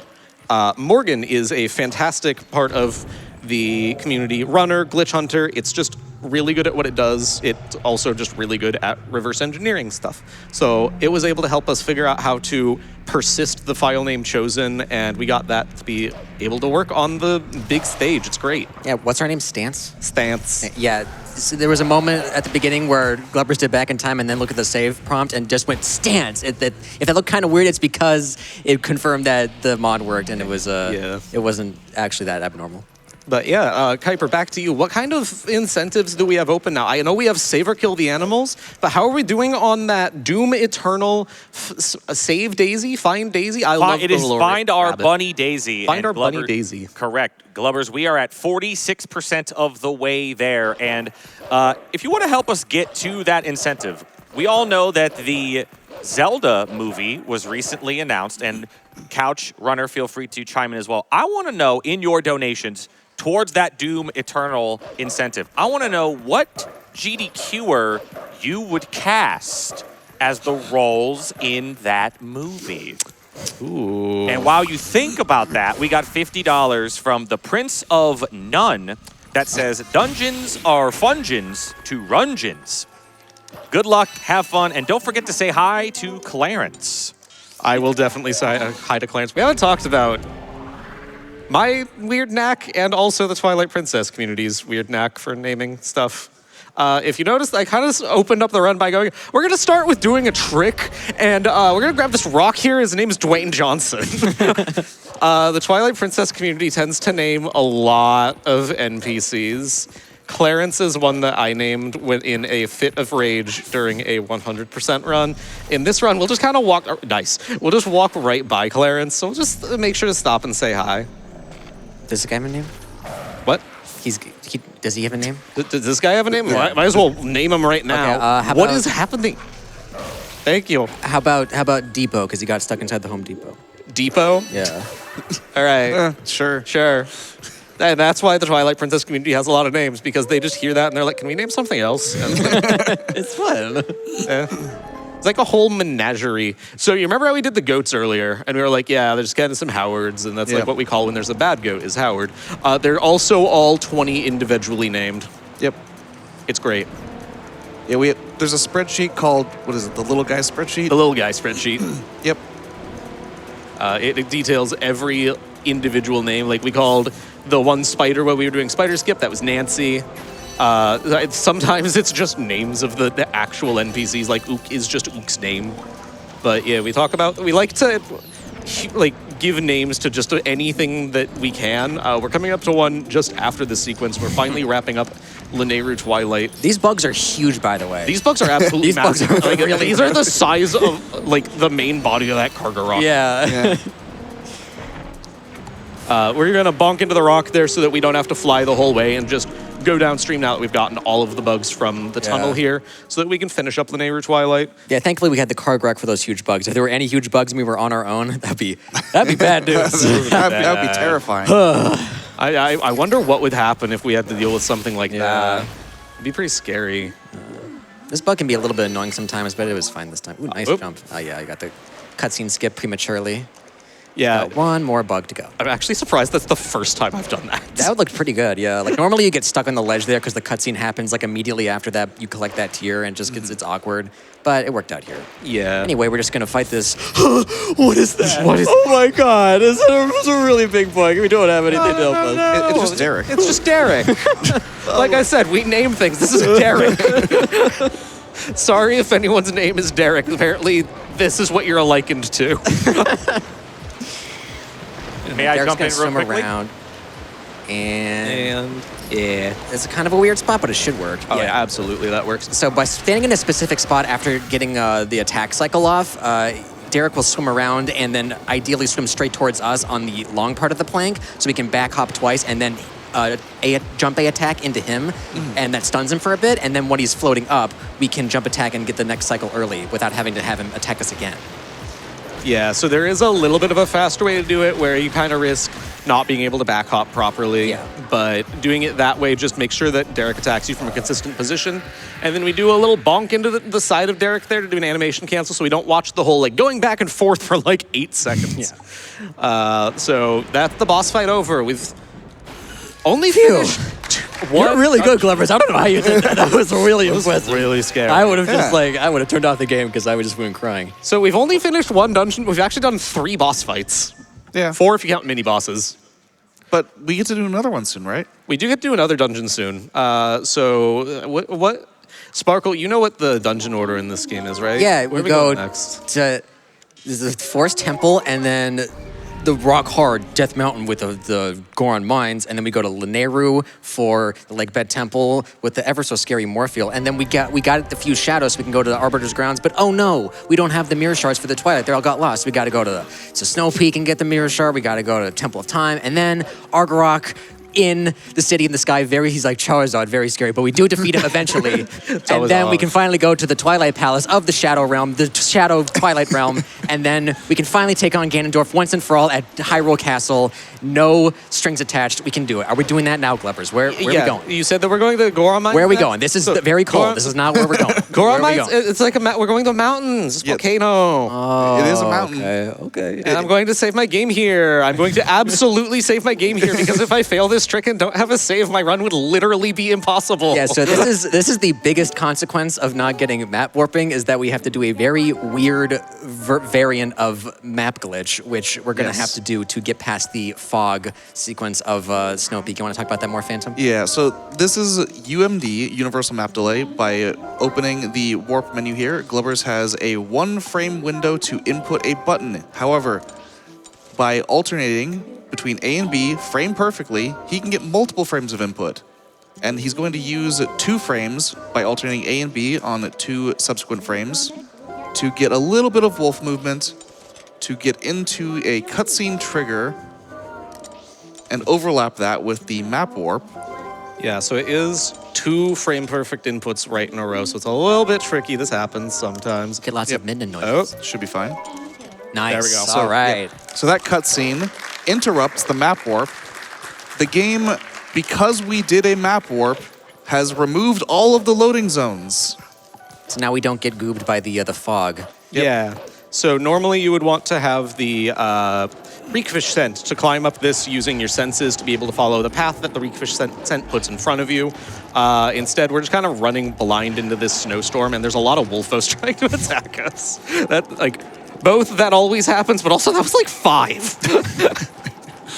Yeah, the only issue with this setup we have is that if we try to go to a loading zone again, or like in the way we're supposed to progress, the game will just soft lock because of the map glitch. But thankfully, there's a very convenient little thingy on the side that we can use to reset the loading zones properly. So by changing the maps, we will actually be able to reactivate all the loading zones. And thankfully, there's a Howling Stone, which does let us change our map to the Howling Arena. Yeah. Whatever that is.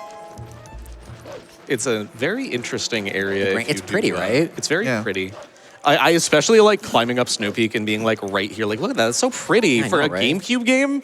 So pretty. This game still looks great. Got a moment for me to chime in real quick? Absolutely. Because we just got a $1,000 donation.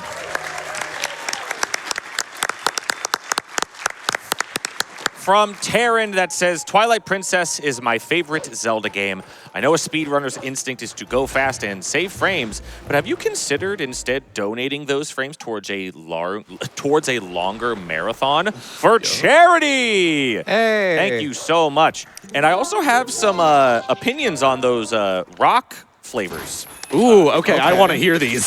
So we have $5 from Venla Vaccine Queen that says, if the Bill Nye the Science Guy run let us know anything, limestone does not taste like lime. No, it doesn't. And I also have a $25 donation from Goron Sommelier? How do you say this? Sommelier. Thank you. The tastiest rock is obviously some lava fillet sprinkled with some grounded topaz. Keep on the speed. This run is so impressive. Very yummy. I like that. Oh, what'd you just do to with that LJA, Glubbers? What was that? Oh, so what I was doing was I was jumping over it's called messenger skip. So there was a Shadow Beast fight that would activate the warp portal, come up here. I was skipping that, but because of that, I don't actually deactivate this blizzard. So we lose yet to the fog. Yeah, look, I can't Goodbye, see. Yato. I like the camera just lingers there, which is very funny to me. So an even funnier note is that like on the HD version, you do the same thing, but like the fog is so much lighter, you can just kind of see. Oh. It's And those HD graphics really go a long way. They really do, and this is a part where I don't normally talk. So, okay. So what do you guys want to talk about? We could talk about some donations. Ooh. Okay. We got $5 from Lady Applesauce that says lead is pretty sweet, so lead-bearing ores are going to be delicious. Okay. And if it tastes good, it's probably good for you. We have $100 from... Please don't be licking lead out there, folks. Please do not. We have $100 from Phoenix Soul that says the tastiest rock is clearly watermelon tourmaline. It looks like a yummy Jolly Rancher. Ooh, I like, Okay. dude, Watermelon Jolly Ranchers. Not sponsored, by the way. Just We also have something else that we might be going on here. We have $5 from Carrie the Hatchet that says $5 dono train for Zelda and Midna to kiss. could happen. Could happen. You never know. $5 donation happen. train. Hey, you never know. We could have pre-installed Ace. You never know what could right. happen with these things. We also have $5 from Bottom of the Lake that says, "Stop dropping things on me." I'm sorry. Aw. There's like a little window there where you can skip the minute text. Not to say the match time, but Yeah, and I'm just going to make a small little please. note. More HP is always better. Some HP is great, and for anybody who runs Twilight Princess that watched that snowboarding sequence, I'm sorry, I will do it again.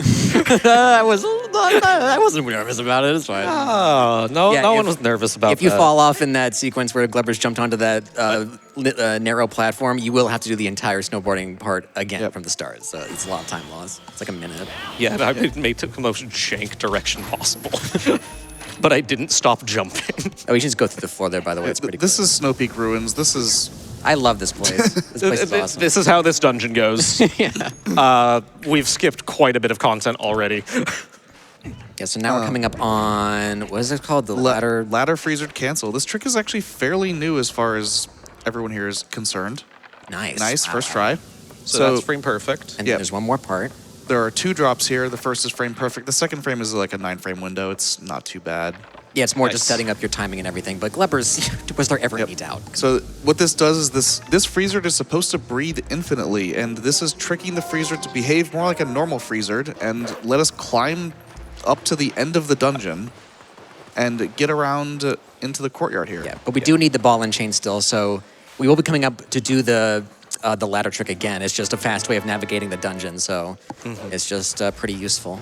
Yeah, doing ladder freezer cancel is frame perfect because on that one frame, if you cancel the freezer, it doesn't take on its like special properties. It just is treated as a normal freezer until after that single frame. So we do it on that one frame and boom. Yeah, also, there's a lot of little interesting one-frame situations. What are you saying, Glubbers? You remember how I said I will do it again? I will scare the TP runners again? What's happening?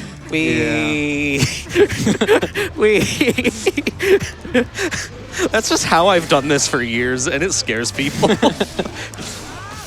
See? Nice. Yep. Well done. Yeah, that was Dark Hammer with the ball and chain. Yeah, I don't know. But you just have to like run around him to trick him to throw the ball and chain, then you can just hit him. He needs to turn around like a 180 degree, and the way that I've always done it, and I have been told by multiple people, stop doing that, it scares them. I just roll around like 4 times. Like, you're gonna keep turning, right? Please keep turning. Okay, so now we're gonna go into the other room and get an orange rupee for some very... Glubbers, it's actually the other way. You're gonna miss. You're gonna miss the orange rupee. It's 100 rupees. You're gonna need that later. No, I think I'll be fine. Okay. There's like, orange is not a good color. Sorry, Momo. Okay. Well, as long as we have enough for Malamart at the end, it's gonna be. I trust you. I trust you, man. Okay. Get Malamar after this. Don't worry. I get the feeling that Sparkle really wants to go to Mount. No, it's not. No, I mean, I just want to go to Malamart. It's like whatever. I'll let Glubbers focus here. Glubbers.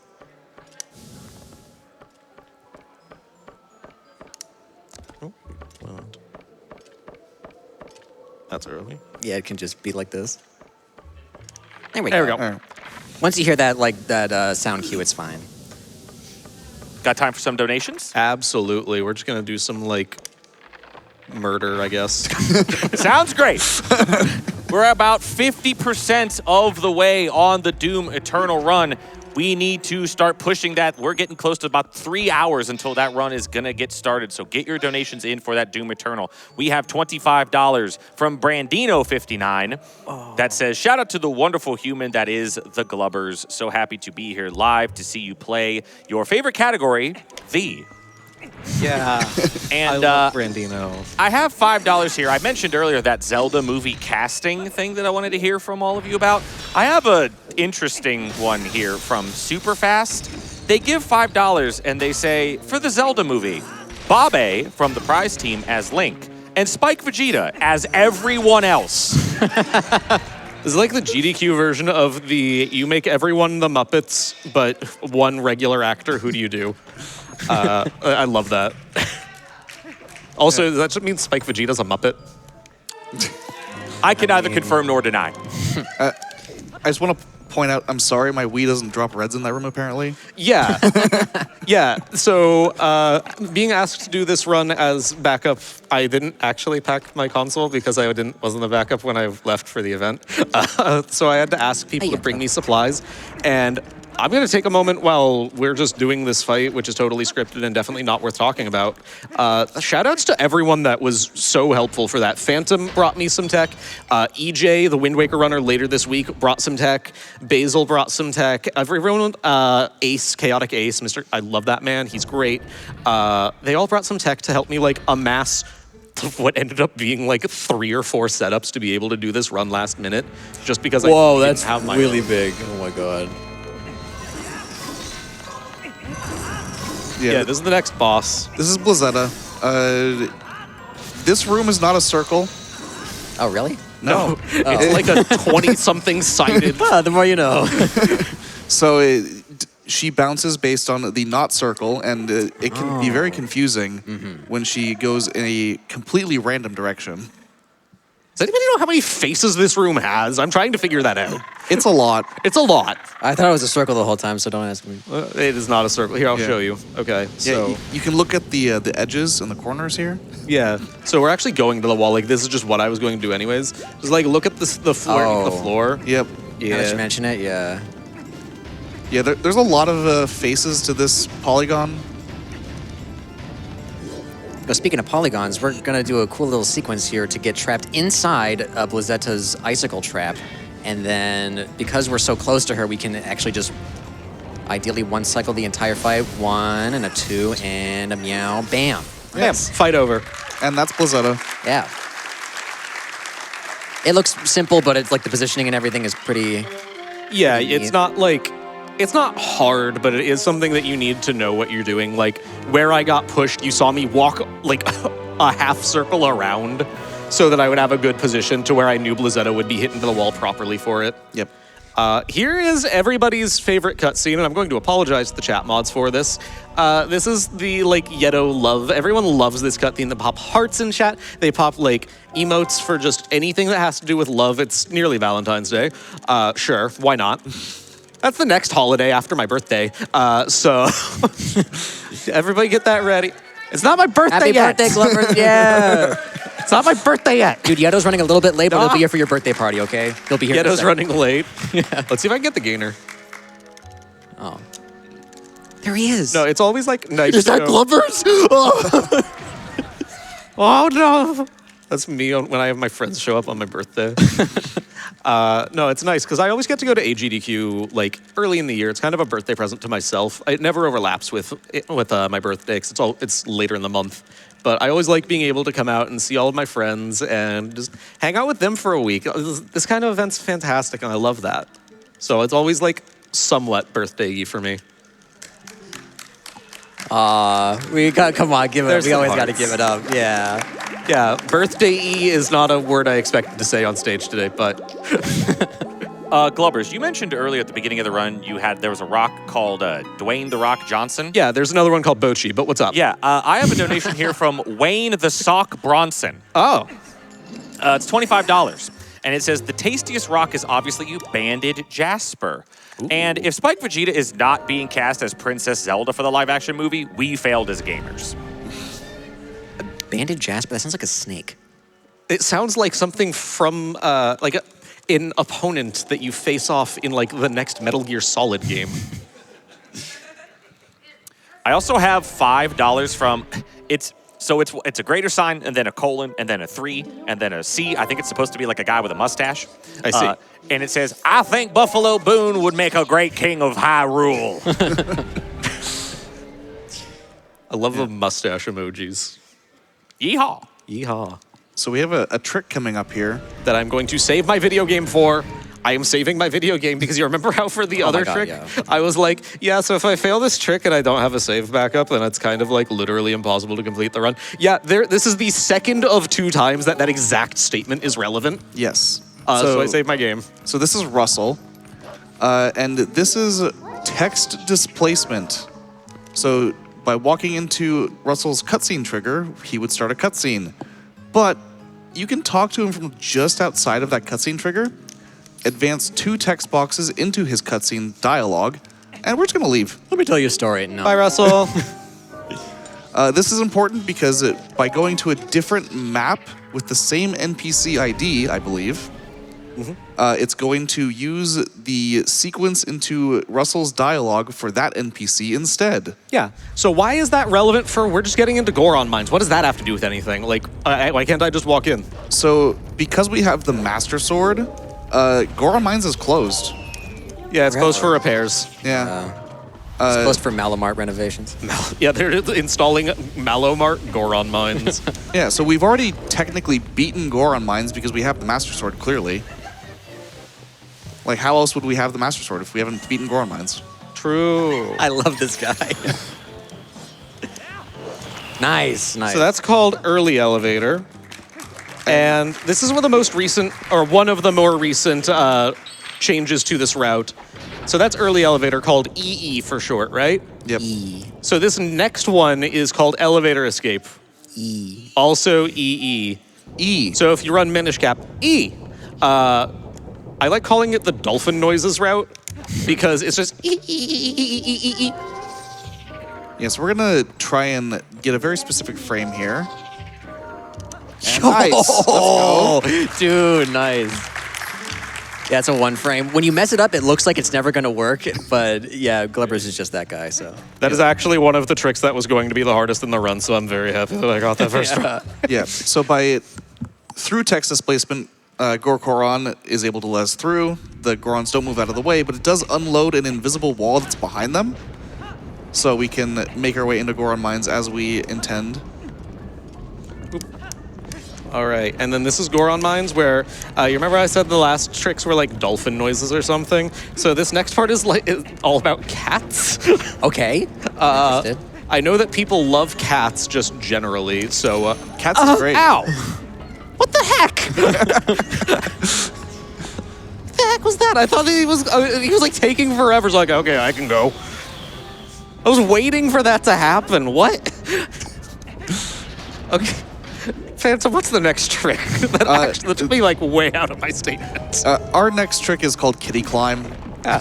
We're gonna be climbing some walls. As a kitty. Yeah, I mean, that's what cats, they climb the shelves, right? This is just a bunch of shelves. Yeah. So this trick notably skips a pretty significant portion of the dungeon where we're not doing anything really intensive. It's just like, you know, the infamous walking on the ceiling with the iron boots. We actually get to skip that with this new setup. Yeah, this trick was found in, I believe, around February of 2025. Yep.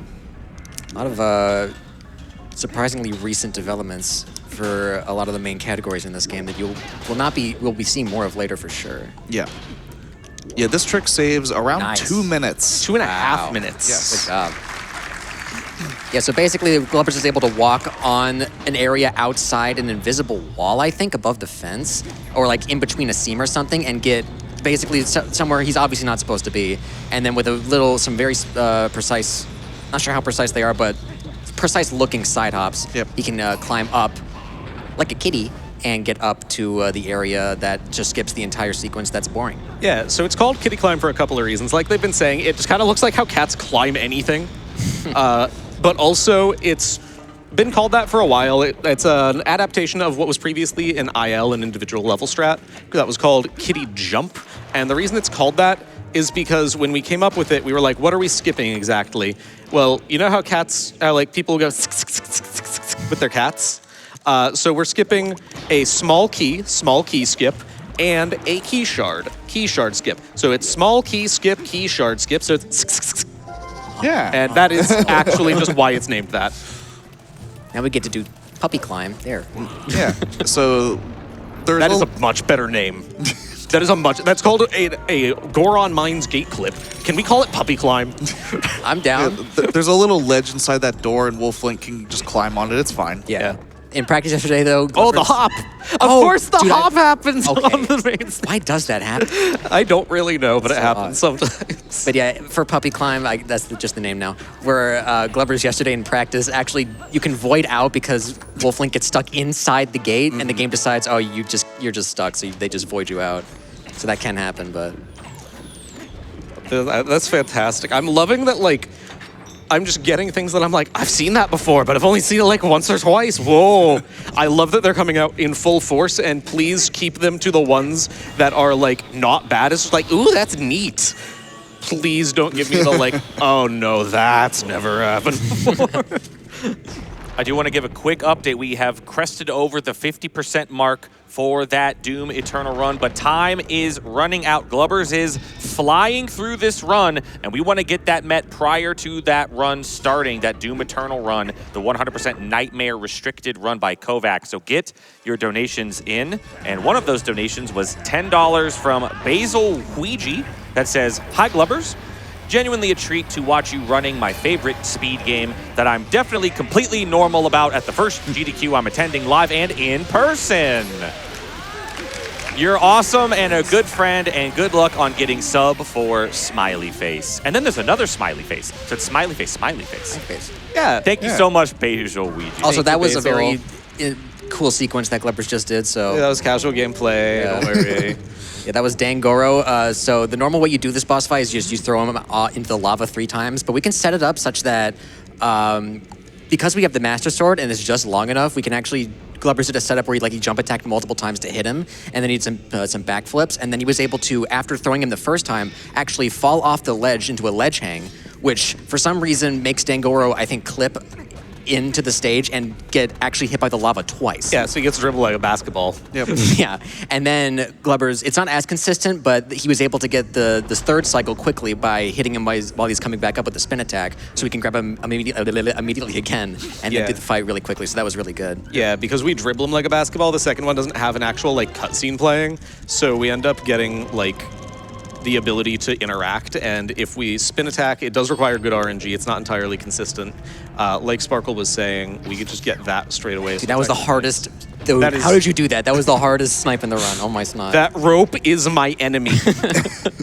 And will always be my enemy. This is an easier shot than that for some reason. Oh, let me take this, by the way. So if you didn't know, this Okay, statue this is actually, if you pull it twice, it comes out and you can go through. But it actually, if you don't pull it all the way, it doesn't actually stay after you go into the next room. So what some people like to do is you can pull it out all 4 stops and then it stays, so it stays pulled out. So actually, there's no, whatever your preference is, it's okay. You can be a 4-puller, a 2-2-puller, that's whatever, man. Just be yourself, and yeah, thanks for coming, everybody. Yeah, All shout right. out to being yourself.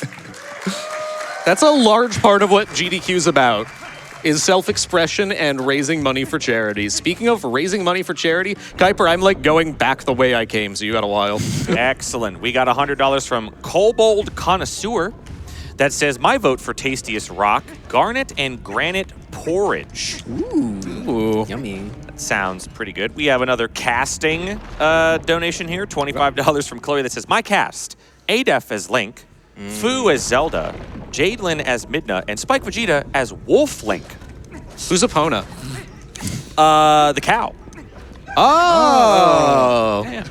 We got $25 from Mel Crochets that says, "This is one of my most anticipated runs of the week. Twilight Princess is one of my all-time favorite games. Good luck, Glubbers." Thank you, Mal Mal. I got one more if you like. Yeah, go right ahead. $25 from the postman that says, "Hey, Mr. Spance, I have mail for you. So much mail, but it seems like you're avoiding me. Do you think you could slow down? Oh, you're running fast to save Hyrule and raise money for the Prevent Cancer Foundation. What a noble cause. Take this donation as my support." Oh, thank you, Postman. Thank you, Postman. So, actually, I remember how I was like, yeah, so we, like, routed around Splitting Forest Temple, and it's really cool and all of that sort of thing. One of the other consequences of the route is I don't even worry about skipping a mailman trigger until, like, the literal end of the run. Oh, yeah. It is the last trick before going into Hyrule is the single mailman skip that this run has. Yep. So maybe I'll see him. I don't know. Oh, yeah, because we have the claw shot early, we can actually go up on the platform up there. One, to get 50 rupees, which thank God we need that. And then we can also skip an entire sequence where we get the we get the magnetic thingy to carry us over, which is just slow, so we can just like skip that whole thing. Yeah, why did they put a claw shot target in I think you're Goron supposed to come Mines? back and do it, but But wait, it's you can't. it's for a purple rupee. Yeah. Yeah, so it actually is inaccessible unless you Yeah, get the claw wait. shot that's in a later dungeon. Wait. And then in HD, they doubled down and put a stamp in there. Dude, the stamps, oh my God, don't even tell me about them. It's fantastic. I love it. All right, here's Fyrus, which is a very interesting boss. There actually is something to talk about finally. Yeah. This boss was actually done casually for like the longest time. So what am I doing that's gonna make me super fast? Sparkle, you were talking about this yesterday. I mean, well, honestly, it's pretty incredible. So it turns out we underestimated how strong Link truly is. Normally we would just wait for Fyrus to like, and then the chains would fly and stuff, and then we would grab them, but like Link can just pick it up like that. Like, Yeah, you just grab it when it's all the way over there. Yeah, and so we can just cancel that whole animation, and we can do that for all 2 cycles, I think. 'cause 2 extra. Yeah, 2 extra. and then we save like 10 seconds off it. So thanks, Link. Yeah. ADEF. Thank He would be honestly. Thank you, Adaf. That guy talks way too much. Would he actually be Link? I'm not sure. Oh, that's Wow, good. the shade. And we got both. All right, there we go. So the fight will be done here in a second. And that's how you use a singular arrow to beat Fyrus. Yep. Oh yeah, there's also but if you really don't like grabbing chains, there is a way for you to beat Fyrus. thankfully. Yes, there is yes. There are ways to do this fight in a million different ways. It's silly how you can skip a ton of stuff. You can just shoot him with an arrow, I think like 11 times. Yeah, wait and then for the he gets jewel. because normally when you shoot him with the arrow, he's like, and then you grab his chains. But if you don't do anything, he's normal. But then if you do it like 10 extra times, he just falls over. It's like, oh, okay. Yeah. Is there a failsafe for any other boss in the game like that? Um, Can you even call that a failsafe? I don't even know. I don't even know if I would call that a failsafe. Yeah. I would call like Ook to some degree being a failsafe because like Ookless is literally a strat, but like Yeah. Ook will go and get infinite. Like this was bombs. intended by the developers. It's like, oh, some people might not put together. You have to pick up the chains. I do have to jump in very quickly. Go right ahead. We just got a $5,000 donation Whoa! from Game Grumps that says all hail Spence. Spance is doing Spance. something. Oh my God, that's Thank you. fantastic. Thank you so much. Oh wow, that's awesome. Yes, Spance is that is what the file name is. As we stated a little bit ago, it was the Game Grumps casual playthrough file name for Twilight Princess was Spance, and that was what won that bid war earlier. So hail Spance, I suppose. Yeah. Also, hi, Aaron. Hi, Danny. Nice to see you too. So, 50 minutes in, we beat 1 dungeon. Hour 45, we beat in 3. Yeah. So now we're pacing actually more realistically with what the length of the run going. is. We're about to go back to Lakebed Temple. Okay, and we already did half of that one too. Dude, Hey, wait. we're not going to Lakebed Temple yet. Don't spoil it. Sorry. We're going shopping. Yes. We do need bombs. Shopping. Actually, what are we doing shopping for? This isn't Malomart. Where are we, dude? Barnes Bombs. Yeah, Barnes Bomb Shop. You have me so excited. We're gonna buy a bomb bag and then sell back all of the bombs in the bomb bag. Wait, this is Yeah. marketing. This is marketing. Wait. Okay, so this is how, like, if you buy the bomb bag, but it has bombs in it, and then we sell the bombs We just back, want- he we gives just us want a the bag. deal. We just want the bag. Okay. Okay, we are, note for later, we are down 17 rupees compared to what we should, but that's fine. It loses like 4 seconds. Yeah. This is a thing that I like always forget to talk about, and like sometimes people will be like, well, what's even happening right now? I'm like, right, this isn't casual gameplay. I play this game weirdly.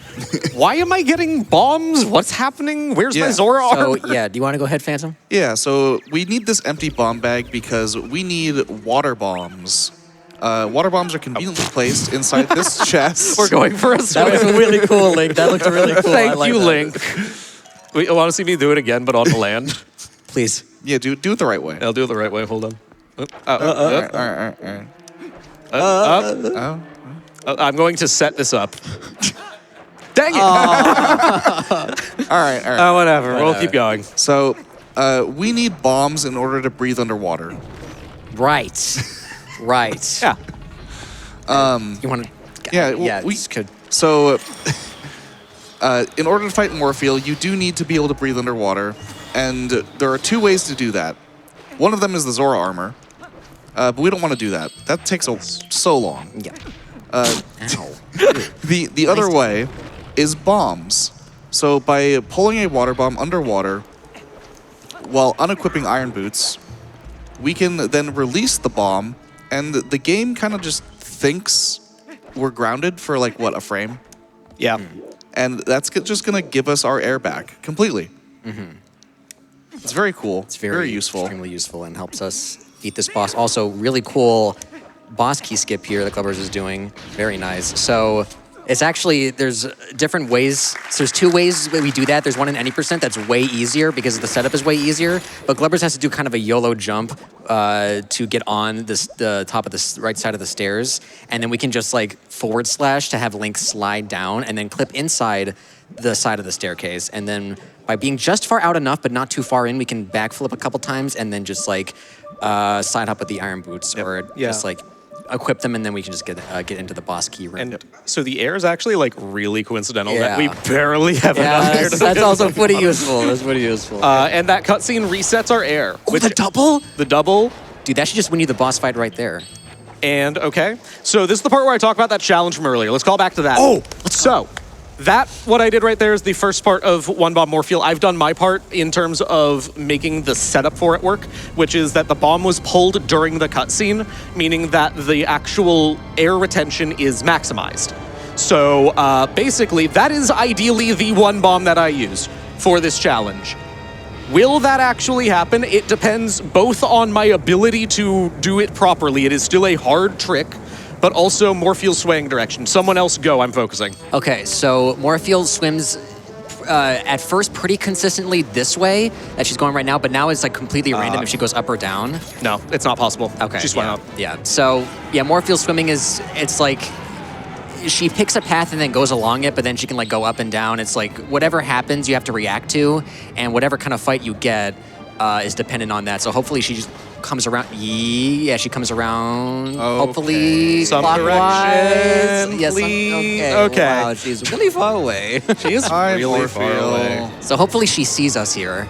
Okay, yeah. Okay. Because when she does her really slow attack that's easy to grapple her from. And then, we missed there. okay, we'll yeah, just we do just, that. We'll just sink it. It's fine. totally fine. She was like really far away yeah. from us. Part of this fight is just knowing when to commit and when to like lay back. Because like when you get bad RNG, there's not much you can do about it. Obviously, you lose a lot of time for bad luck, but if you don't want to die, then playing safe is always the right way out. A death in this fight means we have to do the boss key skip again. Yes. And also, like, we lose our bombs that we used in the fight, so we also might have to reset our entire game. Hopefully, this looks really good, though, Yeah, for a that's regrab. very good. Nice. And Very that's the good. fight. Nice. That is Morpheal. So yeah, Morpheal was in a perfect spot there where she was, like, at a really downward angle so that we can unequip the iron boots to release early and then use the claw shot right away to to get the final cycle off. So nice job. Yeah, so unfortunately, 1 bomb was literally impossible, and also 2 bomb was impossible. She was just not near us. Yeah, that was... she was like way too high up, too. It was really weird. And now she's really thirsty and drinks all the water in this boss arena, which is useful for us because we would drown. Exactly. So I'm glad that Morpheal was actually kind of nice. That was good, yeah. It was. I would be upset if I were doing PB attempts because that was slow. Yes. But I was unfortunately the victim, and I'm using that term very correctly here, of doing a Twilight Princess for a GDQ hotfix, which, shout out to the GDQ hotfix, which is what happens when we're not doing these mainline events. It's every week. Sparkle even has a show. I guess I do, yeah. I host Think Fast, which, by the way, our next show is on the Monday after GDQ. So if you want to see more... I've been on that GDQ show. action. Yeah, I've been on that show too. What? Dude, we're all we're one big happy family. We love to see it. But yeah, the GDQ hotfix is great. I've been on a hotfix where I got more of bad RNG than I had bombs to spare and had to try again. I think it was like 14 bombs total. And that was the single worst RNG that I've gotten there. What's my health at? We'll just go. Okay. Chilling. Sure. Yeah, so we're gonna... This is Midna's Desperate Hour.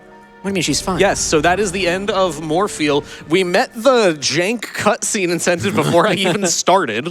And that is going to be at the end of this next sequence. This is yet another point where we need to talk over the game a lot because people people kind of really like this game, so they try to like copyright claim on YouTube when they're not Nintendo. And also it's totally fair use to do like a video of gameplay of a thing that just has a song. Oh no, our Midna's broken. We gotta go to the Midna store. We gotta fix her. Oh no! Does anybody want anything from the Midna store? Hey, Keiper, do you want anything from the Midna store? Dude. If you could pick me up some milk, that would be great. Yummy. If you, I'll get you that. And then, do you want some donations too? Yeah, actually, we do have some donations. I do want to mention we are nearing the 2-hour mark of this run, and I want to challenge everybody that is donating, everyone that is watching, and I am going to throw it to our couch and to our runner after I'm done saying this and reading a couple donations.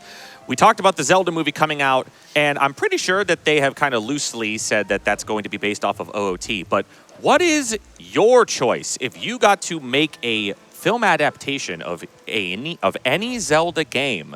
Which one would it be? And while you think on that, I got 2 donations here for you. We got $25 from Ben that says, the tastiest rock is the one we all eat. Salt. I said that was cheating. I know, but listen, I read it.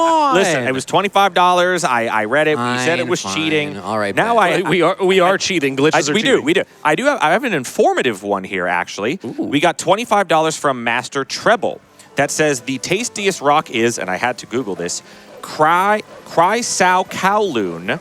It looks almost exactly like turquoise and is frequently sold in jewelry shops as its more valuable look-alike. The easiest way to tell them apart is you lick it.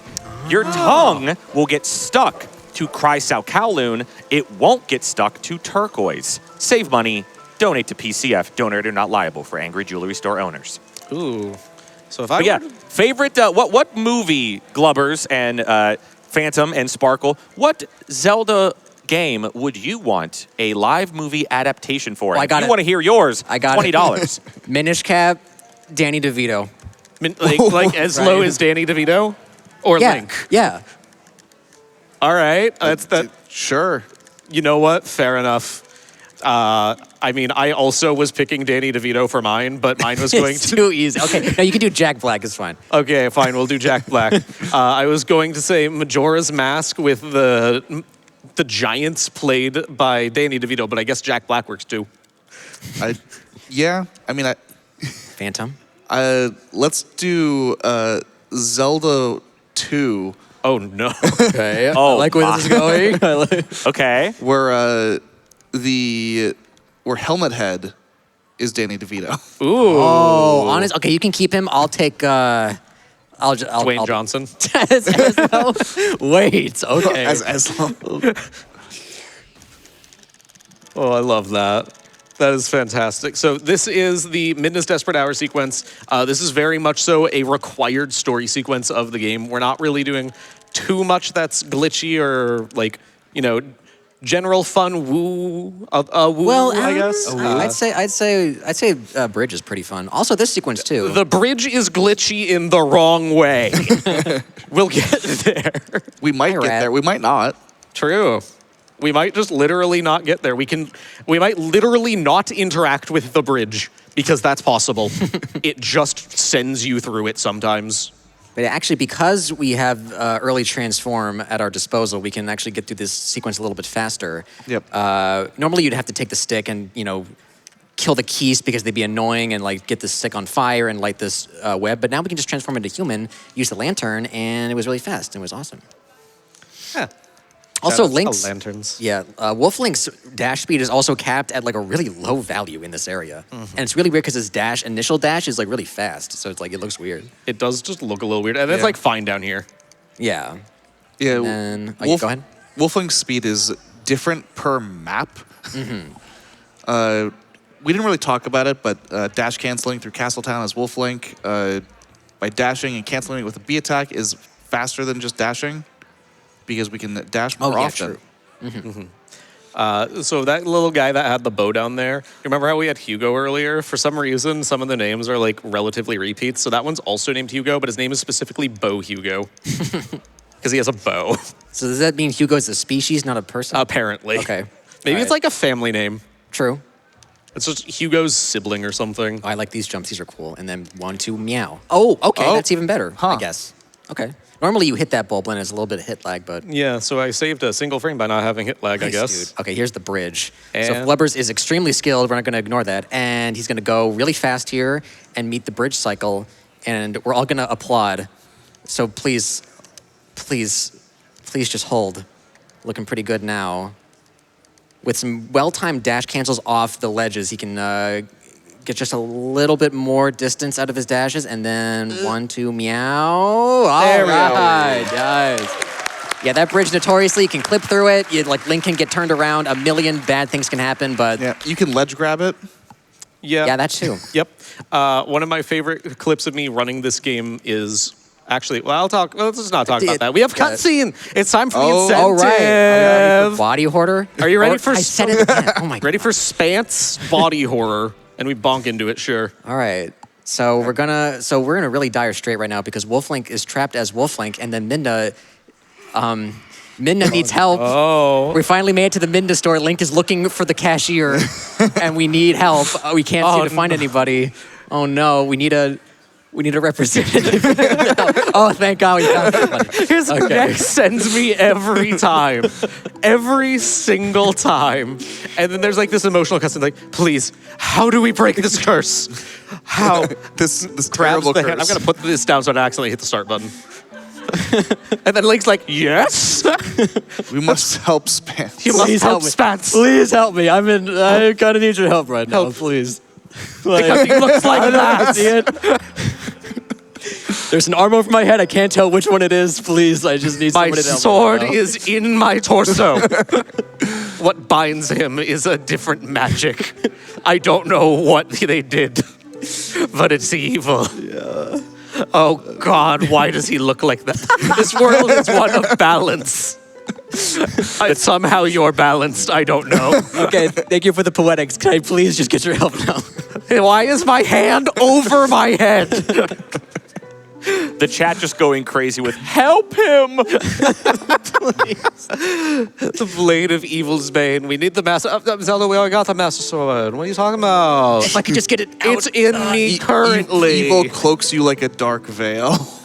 I think something else is cloaking me right now. I think something else is leaving us right Oh, now. Oh hi. my God. I forgot she's like a Cabbage Patch Teletubby. And Spance, oh my God. the hero sent by the goddesses. Zelda, please. Zelda, you are witnessing some very his neck. You can get to the woods on your own. Right? I mean, I can manage, you know. No. I mean, maybe. We're gonna find the mirror of Twilight. Okay, I want to shout out that we were laughing so hard at this while we were in the private practice rooms yesterday going over this that we got a complaint because we were just laughing. Was that when I was across from you practicing? Yes. Oh, yeah. Okay. Yes, it was. You were on DK64. I was, yes. Oh, despite your mortal injuries. Yeah, I can see them. I am the hero of Twilight. I take whatever burden is necessary for Hyrule's sake. So. These dark times are a result of your genes. Also, sorry to the people that we disturbed. Except this. Midnight. Okay, now we got a fun cutscene. Okay, we're gonna at least our Midna's getting fixed. That's one thing off the chopping block. This is Midna Store. We took it to the Midna yeah, Store. exactly. And then she can help us, and then everything will work out. Getting a new Midna. Yeah, just back up a little bit. There's the bottom of his foot, by the way, at the bottom of the screen. Spance, stop her! I really like to, but I really am in a bind right now, so. Oh. It is also kind of an emotional cutscene, I guess. All right. Yeah. Put that out of the way. Well, we fixed one problem. All right. Oh, God. He's walking. The walking is horrific. When I'm looking down. We go back, Spence. Back to Farron Woods. And then, Yes, ma'am. Oh, no! You see like 7 bones crack simultaneously. All right. Okay. That's the majority of it, but this next part's also great. Here's part 2. All right. So part 2, we're gonna be warped down, right? Okay, so Okay. now we got to go to There the he link is. store. Watch. Right? We got to fix. Oh, yeah. See, guys, I was actually. I gotcha. You didn't have to do all that, Zelda. I was just playing around. Sorry. And that's the end of. There he is. The barrier's been risen. He just does this willingly, I guess. Yeah. Ganondorf is so nice to do that for us. He waited. Thank you, Ganondorf, for letting us out before you raised the most impenetrable barrier in speedrunning for some reason. Now Midna's messed up. I gotta take her back to the store now. Oh no! But it's closed. We'll find a way. We'll find a way. There we go. Everything's Well, let's fine. go. That's like not even really the direction of, like it kind of is. You can get to Farron by going that way. Yeah, eventually. But that's the direction of Linneyru. All right, we're fine. All right, that's now. a give it up, everybody, for the body horror incentive. Thank you for meeting it. Thank you so Thank you much. for all of your kind donations to watch that. It was definitely worth it, at least I'll say. Oh, I love that cutscene so much. Speaking of kind donations, do you mind? Go right ahead. I'm going to climb a ladder that takes 18 and a half seconds. Good, because we got $3,000 from Wow. Thorlord. Thank you for these amazing and fun speedruns every year. Always an event to look forward to. I appreciate it extra much when cancer research benefits, as I lost my best friend to brain cancer and my dad has blood cancer. Also a shout out to the entire community of Twitch that allows me and many other creators a chance to support an event like this in this way. You all rock. A huge clap for Twitch chat. Thank you Let's go, so much. chat. Yeah, nice round of applause for that. Do double wee-way. I heard 2 wee-ways in the span of like 10 seconds. I see you climbing that ladder, so I'm going to keep on going. Keep on going. We got $5 from Gorby Porkins. Oh. That says, you're all wrong. Moon rocks taste way better than Earth rocks because they're a little meatier. I was really expecting this to be a moon is cheese joke, but My blood boils at the sight of these puns. We got $25 from the Etsy Witch. Okay. That says, I didn't do that to Spance either. Thank you so much for that. $5 from Midna Store employee that says, thank you for shopping at the Midna Store. If you have a moment, please fill out the survey to tell us how we did. It really helps. Next order, yeah, we kind of just like we went in there with a broken link, and I know that you guys don't really fix link, but you didn't even give us recommendations on where to. Oh God, I'm gonna grab the. Yep. Okay.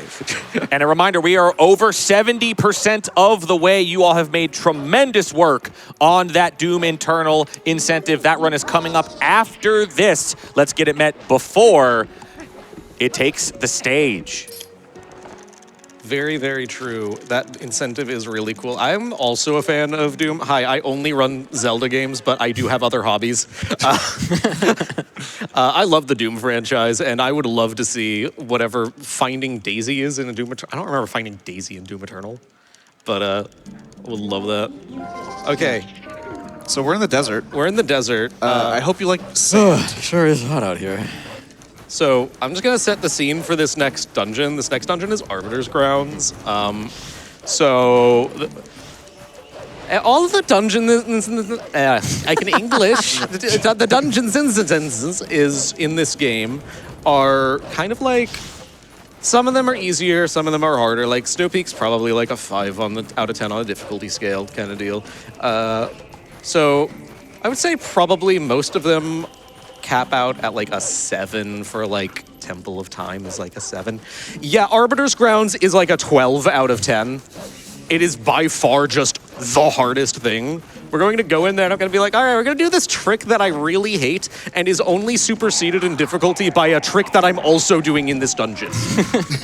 So, Yeah, we'll get there when we get there. We'll get there when Thankfully, we There's get plenty there. of time to explain once we're there. But now we're approaching the Bulblin camp. Actually, Glubbers, you're going to have to set up a, I think a UMD. Oh wait, no, you can't you can't map list because you don't have map warping. So you have to do the Bulblin camp normally. Yeah, we will not be doing UMD. We're going to be doing something called tent hop. Yes, we'll be doing Tent Hop, which is going to be our first little introduction to a lot of what some of these harder tricks use, which is called angle buffering. We're going to be using a single vertical angle buffer on the setup for Tent Hop, and we'll see that here after this loads on. Oh, I like here. that. That was a cool jump. Yeah, I don't like- do that, so that's why it looked impressive. So that little jump there, this is for the people that actually know what I'm talking about for a second. So that little jump there, I only really do that. It doesn't save any time over like climbing the other way, unless you get a quick climb, because if you do it in like a correct, precise way, you can get a quick climb there. Oh. Otherwise, it's like identical. Nice. So I go for it because, yeah, I like sometimes saving time. Yep. So if you've seen any percent, you've seen some out of bounds in this room that lets you get into the King Bulblin 3 fight. But so that trigger is infinitely deep and tall, so we can get into that fight from above just as easily. Nice. That's Tent Hop, where we jump onto this pillar here. And I'm going to be a little bit specific because if I go quickly, I might just fall. Nice. And into the trigger. And that just puts you right into the room. Exactly. Or for the fight. Yeah. And here's King Bulblin. Oh my gosh. 3. Wait, he's back? What the? I thought we got him the first time. He must be really resilient. Okay, never mind. Shoutouts to Chaotic Ace for that setup where you use probably the silliest cue I've ever heard of. What? You see how this says ViewSonic on it? Yeah? Yeah, I'm using that. I don't have a view sonic. It works. It works for basically any monitor because they center the actual like logo on your monitor. It's actually, that's fire. I like that. Like I think he uses a Dell or something like that, and I use like a Samsung, and it's the same cue. It's great. Quick announcement. We just had another game added to the schedule. Oh, By the one and only Shredberg. They're going to be doing This Is No Cave. And I'll be honest, I wasn't exactly sure what that game is. Apparently that game is a parkour game in space with worms. So if you want to see Shredberg parkour in space with worms, that game is going to be run after the Splatoon run, following Doom Eternal. nice. I love that. That's fantastic. Shredberg's also just really good and really talented, so fantastic run. And I hope good luck on that, Shredberg, if you're listening right now. If you're not, I've had like 2 conversations with you on social media. Hi. Now we enter the perilous Arbiter's Grounds. Yeah. So this is Arbiter's Grounds. This is actually the room where Back in Time was discovered. Yes, Oh, really? and it's why it's called Back in Time. Phantom, what's that about? So Back in Time, by resetting the console and voiding out at the same time, you end up on the title screen. So I don't know who it was, but someone voided in this room in the sand and reset their console to reset their run. Oh, dude. That's the magical nature, the whimsical nature of 2005. I wish I was practicing this game in 2005. This 2006 year release game. Yeah, I mean, like, what's that all about anyway? Pre-release, discover Back in Time. All right, we have this room is fantastic because there's I some get to just let's say Pretty hi to a awesome lot of skeletons in this friends. room. You see these small, awesome Hello, skeletons. everybody. They're really cool. I love them. Look at them all. Hi, bye. All right, and now here's where it really all begins. So, for the longest time, we had to do the first half of this dungeon pretty much normally, where we get the post souls. We could skip the first one with a funny little jump, or a precise little jump we can do off a pillar. But mostly we had to get 3 post souls, which took like, it's obviously slow because you have to go through all the rooms, and it involves some, tricky movements, some like precise stuff in there, some like annoying RNG as well. And there's also the infamous rupee slide in low percent that used to do it, where you can rupee slide through the Poe gate here, which took God knows how many hours. But it was just, there was no practical good way to get through this door. 9 hours, 40 minutes. 9 hours. Thank you. You're really smart. So now, what Glubbers are going to go up and do to start this trick, to skip the Poe gate in a really fast way, that's really fast and way faster than the original route of this run, is we're going to take these bubbles here. Their names are Boney and Clyde. I can't tell which one is which, but they're both of behavior that is variable. What we want here, though, is that Glubbers are going to try to clip them out of bounds, or clip them into the door on the left side, if they want to hop into the left side, because the way the bubbles work when they're hopping on the ground is that it's not purely random which direction they go. It's like a field of view in front of them, which direction they can hop. It can be either slightly left or slightly right. Ideally, they get stuck in the corner, which makes it a lot easier to line up the claw shot, because you have to pretty much hit the claw shot in a really weird spot. Like, kind of like that. Hopefully this works out. No, sometimes it just clips right back in, right? So welcome to why this trick sucks, by the way. Yeah. This is like the most random part of the trick. The rest of it is also really hard, but it's less random. This is just the random part that can just goob your runs. But what's just annoying about these bubbles is that if they do misalign and just do stuff like this, you have to wait for them to respawn, because if you grab them again from like a bad spot, they're going to be misaligned with trying to get the clip the way you want. They have to be hopping into the corner like this. And if you don't grab them in a way where they hop in a way you want, it's a lot less likely that you'll end up getting something good. And this one's just being... This is definitely Boney. Like, Boney's this is Clyde. Oh yeah, is Clyde the rat? Clyde is my nemesis. Okay, Clyde is being a rat right now, and yeah, Boney's just like chilling, doing his own thing. I don't know where he went, but He left. Yeah, she's like down below. Yeah. The far side is the one closer. Please. Oh my snot, bro! This is so cringe. Welcome to Marathon RNG. Yeah, literally. Marathon RNG 101. But dude, that's only because you're so good that we're still like pacing so hard right now. It's fine. You've hit like everything first try. Yeah. And it's soon to be this, right? Yeah, exactly. But yeah, it's like, that looks a lot Stay better. out. Yeah, all right. That's one. Now we gotta get one more. Hi. All right, Boney, let's Boney, go, girl. Let's go. please, my dear Boney. She'll be a lot nicer. Please just get out of bounds. I would really appreciate you. No, her brother's influencing her. Oh, no. No. Boney, please. I'll give you I'll take you to McDonald's after this. I swear. We'll go to Malamart, please. We'll go to Malamart. Anything. We'll go to Malamart. Please. Okay, that's a good just please. deal. And now, something like that. Okay, this looks promising. Let's go. She's still not out. There we go. Okay, That's okay. fine. All right. Now we can go to the second part of this trick. Now we can do the part that's like actually difficult and not just the part that's random. Yeah, so here he's going to do step clip. He's going to take this skull, pick it up, and then hold up and B to pull out the sword, and then clip into the step clip. Whoa, dude. And now we can pull out the hook shot or the claw shot to align our angle with this seam we're about to walk on. We're not on it yet. Glubbers has to align he's locked in, you see that. He's going to get a very specific camera angle here and then start painting the camera down very slowly because he has to react to a specific frame. It's so specific. Basically, the seam we're walking on is like literally like if you took a pencil and cut it in half like 10 times. That's basically what we're trying to get on here. So it's extremely precise. We want it so that when we hold up, directly up on the notch, we can walk straight forward and just stay on the seam. Oh. And that didn't work yet. So there's multiple different angles that you can get. It's hard to tell based visually what you get. So you have to pan the camera down in such a way that... nice. Yeah. I should. The camera... I lost my train of thought. We're talking about the width of the scene. Yeah, there's that, and then... Doopy doopy. So the way to get on the seam, I talked about camera. So panning the camera down. Yeah, I was on that part. So of the angles you can get off the visual cue, you have to react when panning down because it can be at different points where Link will actually clip into the seam. So right now, Glubbers is aligning himself again, and then he's going to start panning the camera down shortly. And when he does that, he's going to try and react to both the camera like shifting position, and also you'll hear the quicksand as well start to drag Link down. So once he reacts to that, he'll turn around and hopefully come back up on the seam. Any day now. Like that. Perfect, just like that. And now he's going to turn around a couple times to align himself better. And then I'm going to clear this mid to text. Yes, oh yeah, there's also that. And then he's going to transform into Wolf Link and hold straight up and do a very specific walking sequence to both get across the seam and not clip onto the right side of it. Perfect. Okay, so that midna jump right there, or the spin attack he did with the midna charge, was able to basically stop him, prevent him from, if he was just walking normally there, he would have clipped out of the seam, out of bounds.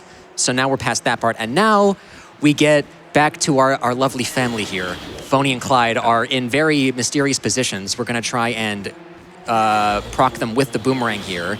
And with the iron boots on, we're gonna try and target them. It's completely random where they hop, but we wanna try and see, we have to first L-target them, and they have to be in the corner, like that, kinda like that, kinda like that. That looks good. Yes! Oh, let's go, dude, let's go. All right, so if that looked weird, it's because Glubbers did a trick called Moon Boots, where if you're equipping the iron boots and you do the ending blow, or I think it's just, or in that sequence. Yeah, ending blow Moon Boots. Ending blow Moon Boots, where if you this happens. do the first frame after you hit A to do the ending blow and you item wheel, unequip the iron boots, Link gains a lot of extra height, and if the bubble is in one of those specific positions in the corner there, it's just enough distance to reach it with the ending blow, and it's super precise. This trick was recently developed this year. Like you saw, like how ridiculous that trick was. When a trick that monumental takes this long to discover, it's like got to be the most convoluted and complicated thing ever, right? But thanks to like the TP speedrunning community, like it was first TAS only viable when it was initially discovered and like routed, but then literally days later it became RTA viable because people are just so good at this game. So like it's just a culmination of so many cool things, and Glubbers hit it first try, and like, come on, is that not just the coolest thing ever, everybody? Come on, let's go. Awesome. All right. So yeah. You remember how before we got in the dungeon, I said, hey, we're going to do something really hard, and then I'm going to be like, yeah, that's the second hardest thing in this run, then we're going to do something harder later. You know. We'll get there when we get there, you know what I'm saying? That was the second hardest thing in the run. We got another one coming up. It's not right now. Don't worry about it. Yeah. Do I have some time for some donations? You've got in a time minute. for those, yeah. So I have a couple here regarding that cutscene that we watched, that ever so wonderful cutscene.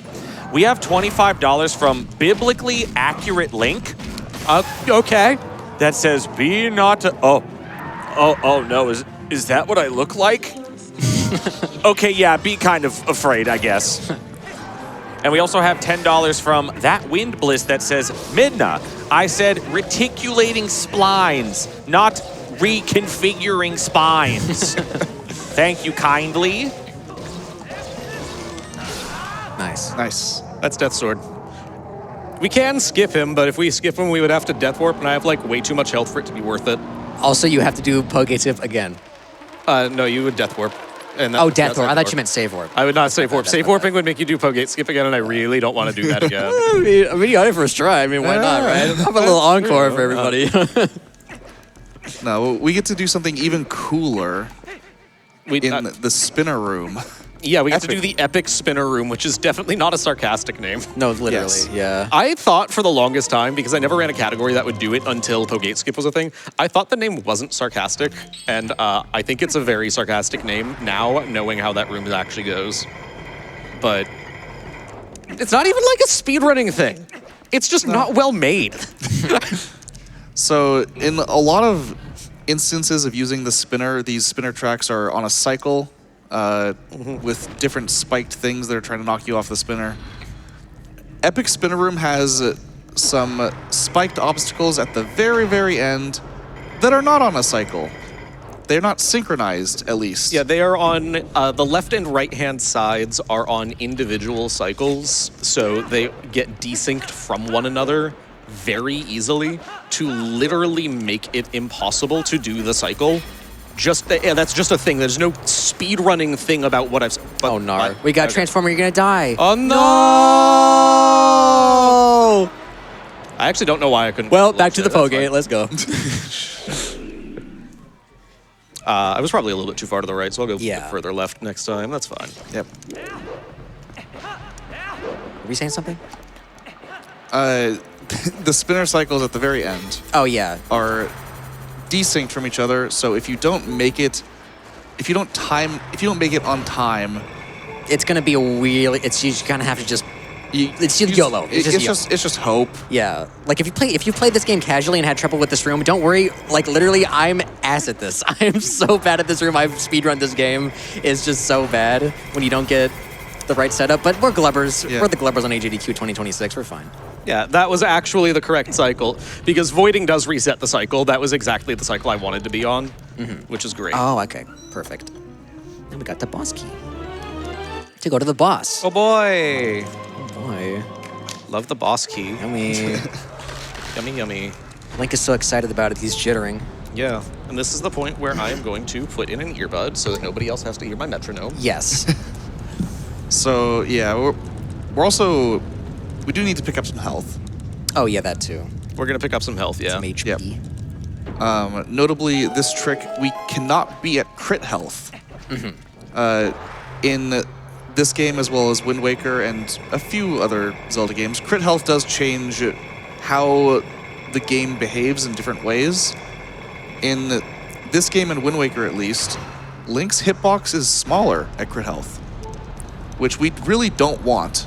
In Wind Waker, that's used for other tricks because you want to be a smaller hitbox, but in Twilight Princess, you don't actually want the smaller hitbox because you want to use the larger hitbox to clip through things. So, we're gonna pick up some health before going into the Stallard fight. Yep, and there's just gonna be some pots right here, or skulls. Yep.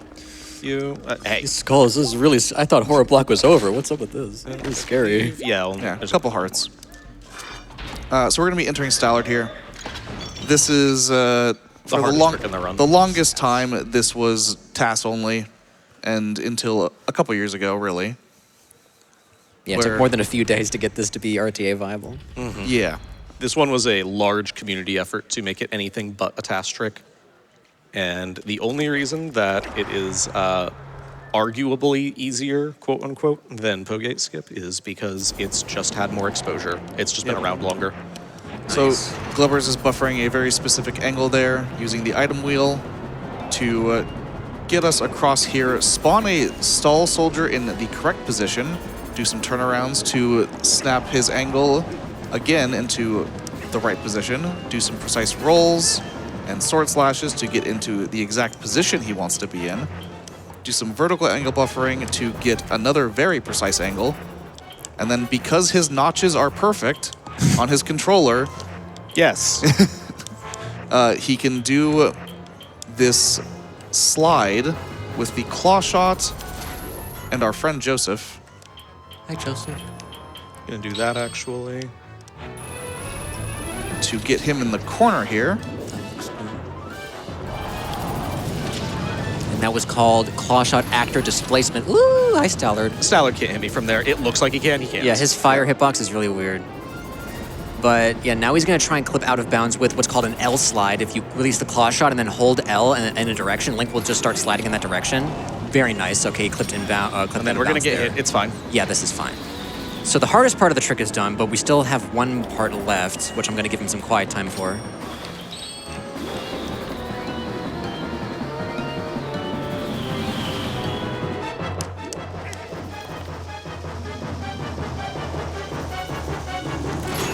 Yes. Go! Let's go! Dude, let's go! That's my goat! Dude, yes! Oh my snot. Wow, that was a lot. Anyway. That is the hardest trick in the run by a long shot. Yeah. Yep. So Okay. because this is all dungeons, that does have some extra implications that you wouldn't normally see in like any percent. in any percent, you can map warp away from here without raising the mirror. But because we did salad skip, we also don't have to raise the mirror. Dude. Yes. So it saves even more time. It saves over 2 minutes as opposed to 90 plus seconds. Dude, I can't believe you got that first try. That was so sick. I'm still like reeling from that.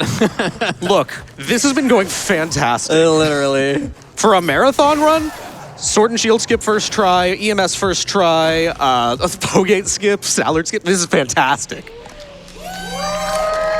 Yup. This, Yummy. I'm gonna grab some hearts here. Temple Yeah, of Time please. does quite a bit of damage. Temple of Time is a scary dungeon.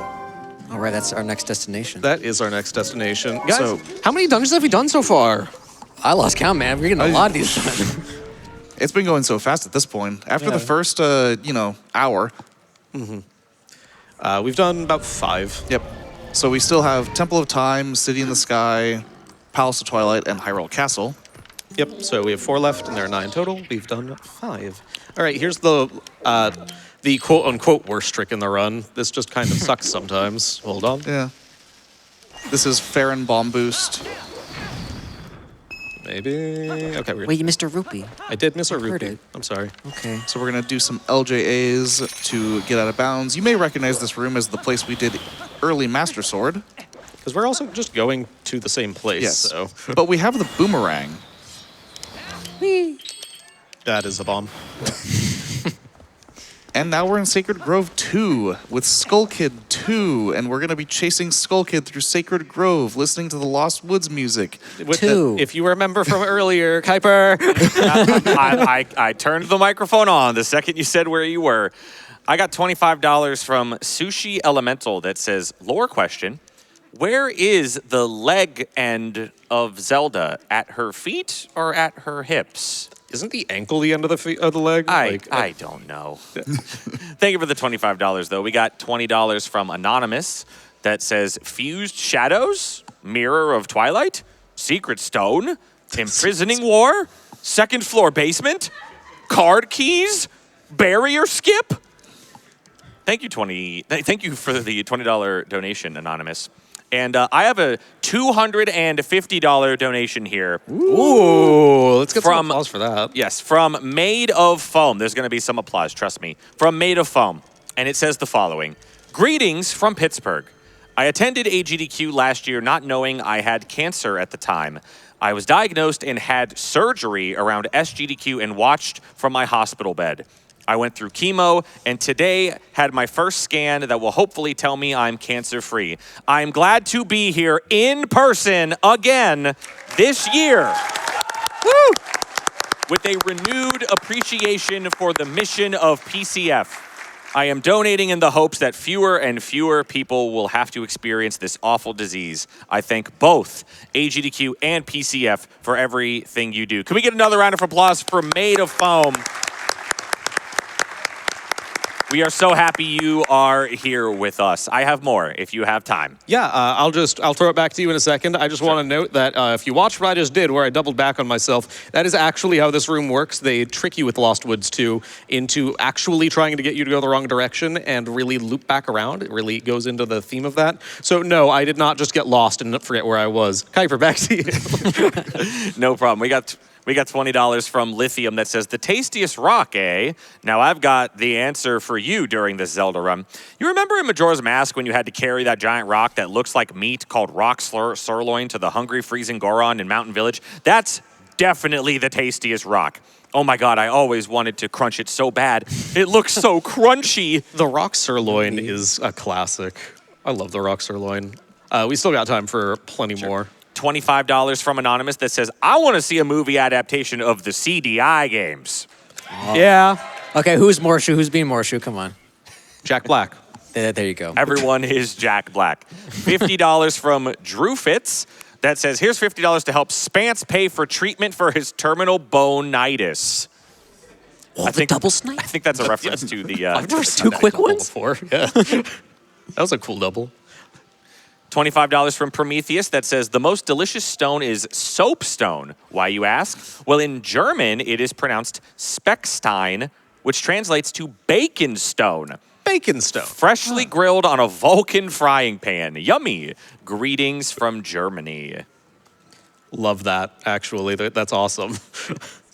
Bacon stone. $10 from Angie that says, I would love a movie based on Twilight Princess since it's my favorite one of the series. I love that we're just still getting cow puns hours later. Hours later. Cowers later, yeah. Hours later. Dude. Oh, I put my hands up for that one. That almost knocked me out of my chair. Oh, I love that. Shout outs again to the wonderful Awful Block, all of the Awful Block runners. That was a fantastic. It's always great to see what ridiculous games show up. And I do want to say we are under $6,000 left for Doom Eternal. Glubbers is racing towards the finish of this All Dungeons run. I challenge all of you, can you get that met prior to this run ending? I think you all can. Let's get it done. Ooh, I really want to see Daisy. Look, Doom is fantastic, and I just said Doom like I was from Jersey for some reason. What's that supposed to mean? I'm sorry. Doom is great because it's just like, it's all about Daisy. The entire story's about Daisy, right? Is it? I don't know. Pretty much. I've never played it. Wait, oh, am I alone on this couch of being people who Yeah. like Daisy or like Doom? Okay. Well, I I know like- Daisy from Mario. fair enough. Dude, yes. Thank you. Thank you. It was understood by at least one person. We're no longer in the Lost Woods music zone, so we We're all are good. super chill, To the Temple of Tito. and we get to Yep. go into Ocarina of Time, kind of. Yeah. This Place is where is the so Master cool. Sword is. Dude, with the Super Master Sword. You got the Reggies too. How do you hide something in the past? How does it even work?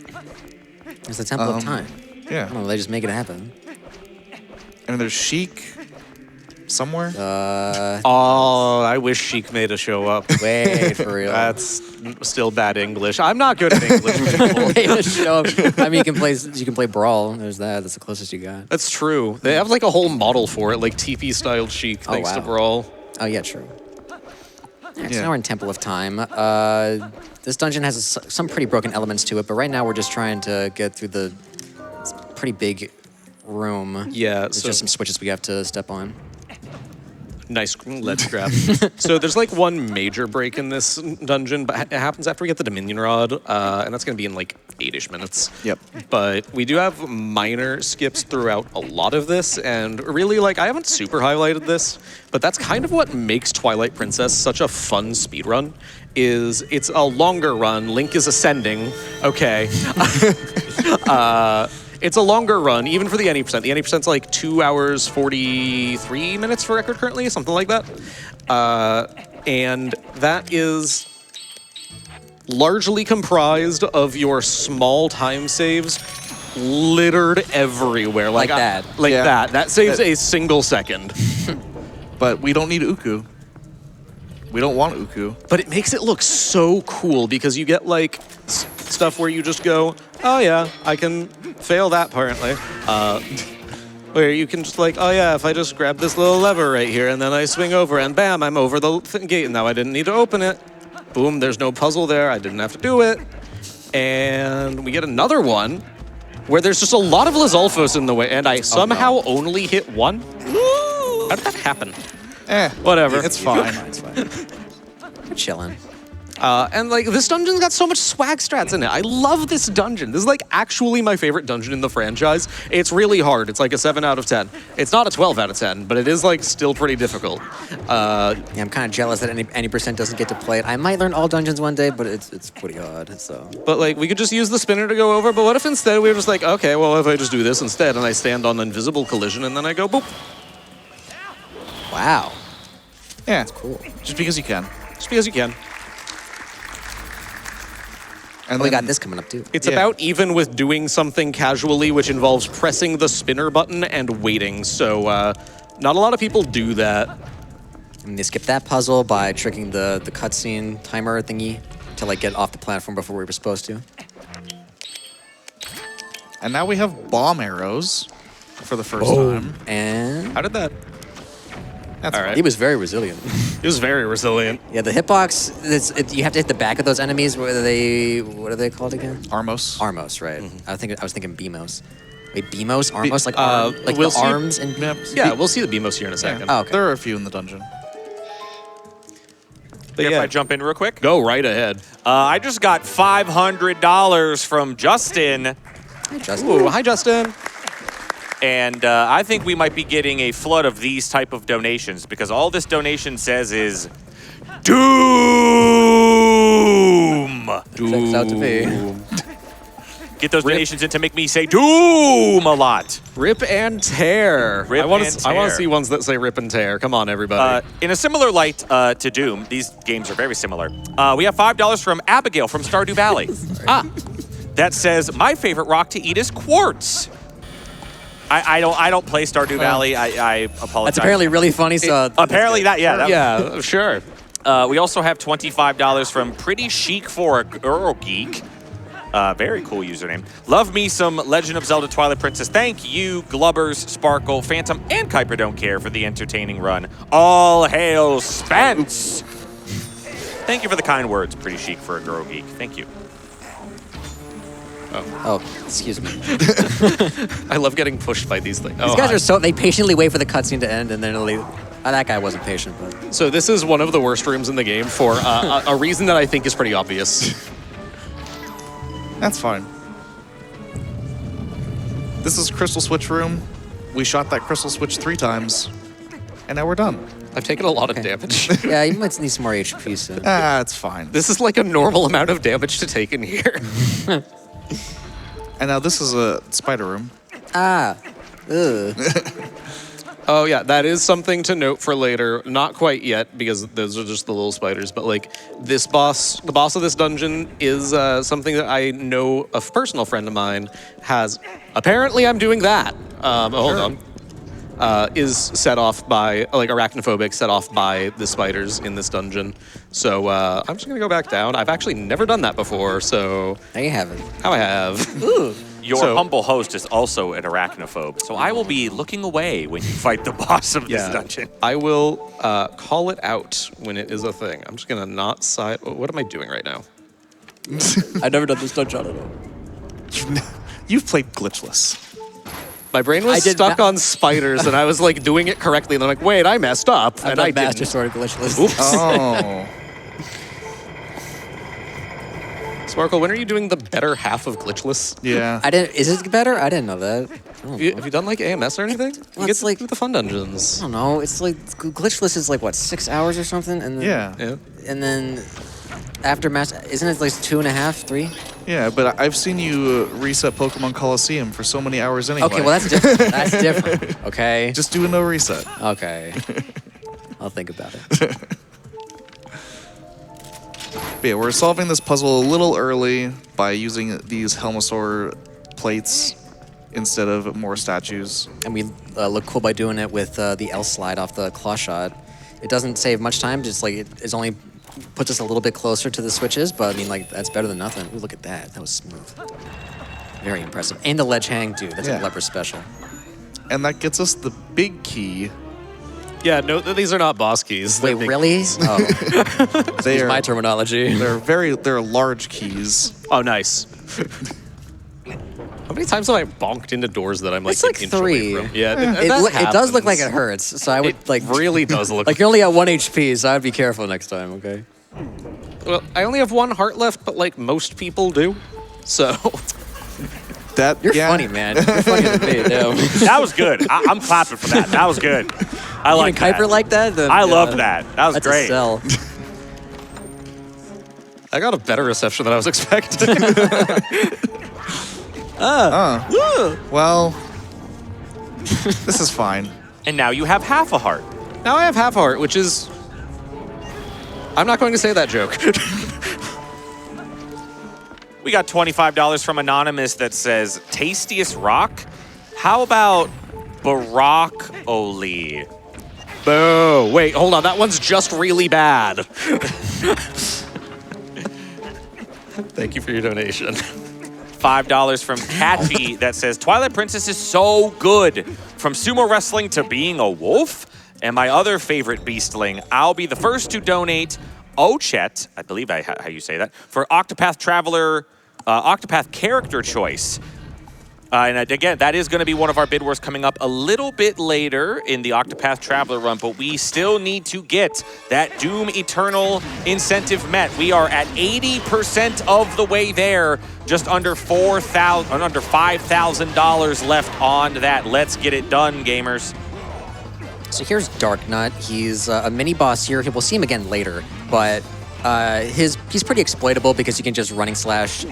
Or actually, yeah, that's one of the mechanics of this game we haven't really talked about. There's running slashes, where Link can just run and slash at the same time, and it notably does not put him in block stun when it is blocked by an enemy like a Darknut, so he can just run around to his vulnerable side and just start slashing away, and it makes this boss or this enemy really easy.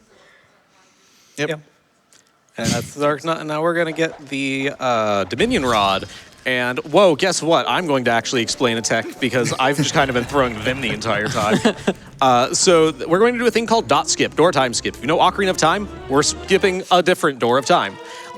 This is a room that I've personally spent like 100 hours in. I found a really cool strat for, and then it was superseded by a guy who runs Wind Waker more than Twilight Princess. Hi, Minnie. He's probably... Hi.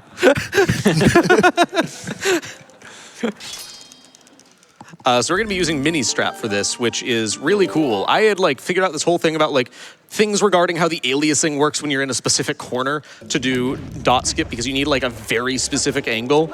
And I was like way overdoing it because we're doing horizontal angle buffering this time. Get to the correct frame, and then if I step forward, that sets my angle to the exact correct one. So cool. Thank you, Minnie. Item wheel buffering is actually really good. It really makes is. for a lot of cool tricks, like Staggered Skip, really consistent. Yeah, and this is a frame perfect roll. Nice. Cool.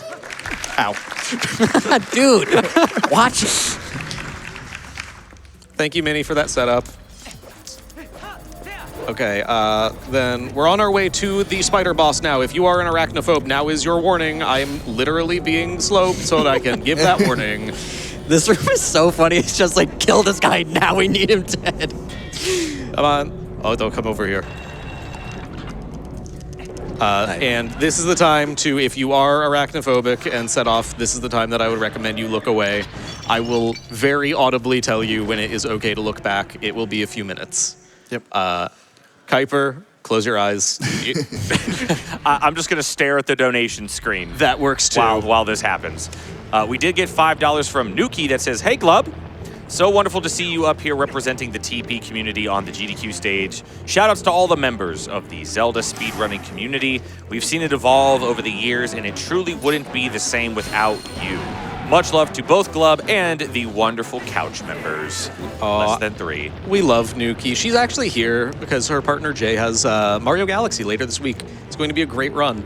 But she is our hundo queen who does some ridiculous stuff. She knows all of the 3D Zelda hundos. Yeah.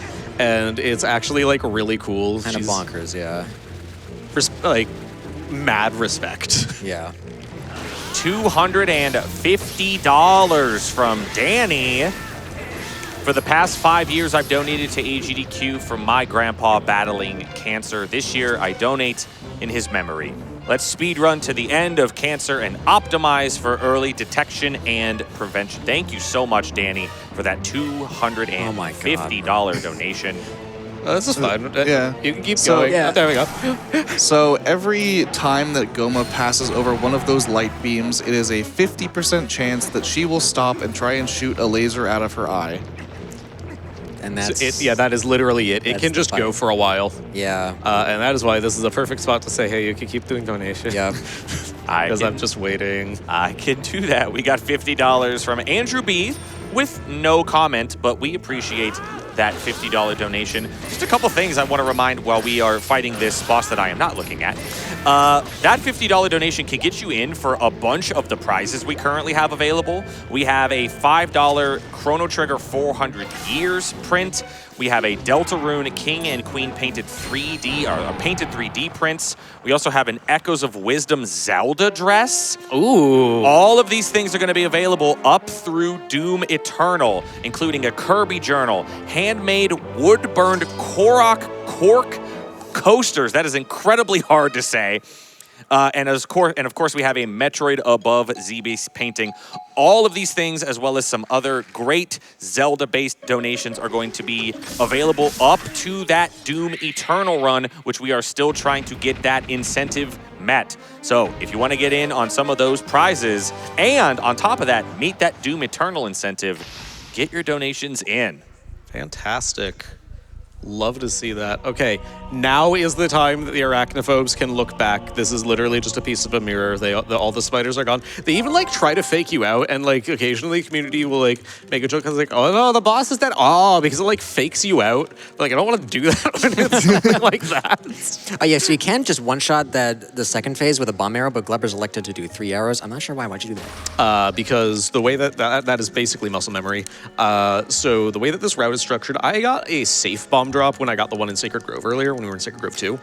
The way that we would normally do it involves being very specific on our bomb count. We have about 1 bomb's leniency, and that one only saves very minimal time. So we elect to not do some bomb strats. That's one of the ones we elect to not do over some others that save more time. Okay. That is quite literally what that is. Many time saves. Yeah. And electing which ones we go for. So is probably the best way to put it. What's up? since we've beaten Temple of Time, story progress-wise, Shad now appears in Kakariko Village. Yeah. In the Sanctuary. You remember 2 hours ago? Yeah. Yeah. So during the Elden Twilight, we clipped into the cannon room and tried to warp the cannon. That set a flag. So when we talk to Shad in Kakariko now, it's going to take us to the cannon. Oh. And we're going to be able to warp it. Wow, that's so nice of him. He was like, yeah, I kind of gave up on my whole like research thing. It's like, whatever, you can just have this now. That's cool of him. That's It's really very cool of him. I love that. It's great. It's how we can actually skip the map warping that we had earlier, right? So it's literally the thing that makes this route work. Yeah. Is like the ability to talk to Shad down there, and you'll see it here in a second after I get the rupee that I was like ignoring for a while. We need money, yeah. We do need money. I only have 84 rupees, and I kind of need 300 to repair the cannon. Yeah, where are you gonna get the rest of those? I'm actually kind of concerned. And because we also have to save for our trip later, right? So. Yeah, and then we need like the 1200 for Malomar. Yeah. Whoa, what? Silver? That's 200 rupees. That is a silver rupee. Wow. We cannot get that in any percent. Your because you need exploits to be never fail to capable. impress me, Glubbers. My exploit of collecting a rupee that's just kind of there. Yeah, give it up for Glubbers, everybody. Yeah. All right. But we still need like 15 rupees. Oh no. Or I need 16 actually. Oh no, whatever will we do? Only there was a super secret special spot. Yeah, if only there were like a very hidden red rupee directly where I want to go to get the other rupees. All right, so we're warping the cannon. We can't skip this cutscene for some reason. A lot of this stuff's not skippable. I'm just gonna be getting a red rupee that's in this room before I go and repair the cannon, which is itself a cutscene. This room, the earth. This room, the outside. Yeah. So Kuiper, I'm just gonna pass it off to you while we watch cutscenes and repair a cannon. Sure. We got $25 from Dan W. that says, for my dad, less than 3. We mentioned Awful Block earlier. Here's a $100 donation referencing Awful Block from David. It says, I've been watching every year for over half a decade now, and I had to donate during my favorite block, Awful Block. It never disappoints. This year in particular, I had to send some extra because my mother just got diagnosed with skin cancer and has been going for UV treatments. Luckily, we caught it early enough to not be in danger. Reminder to get regular checkups. Thank you so much, David, for that $100 donation. We also have $100 from Sigma that says, last donation of the marathon, $100 is not much, but together we can do incredible things for an incredible cause. It really shows the power of community, and this event continues to remind me that there is light through every darkness. Thank you for everything you do. Thank you, Sigma, for that wonderful donation and message. We appreciate it.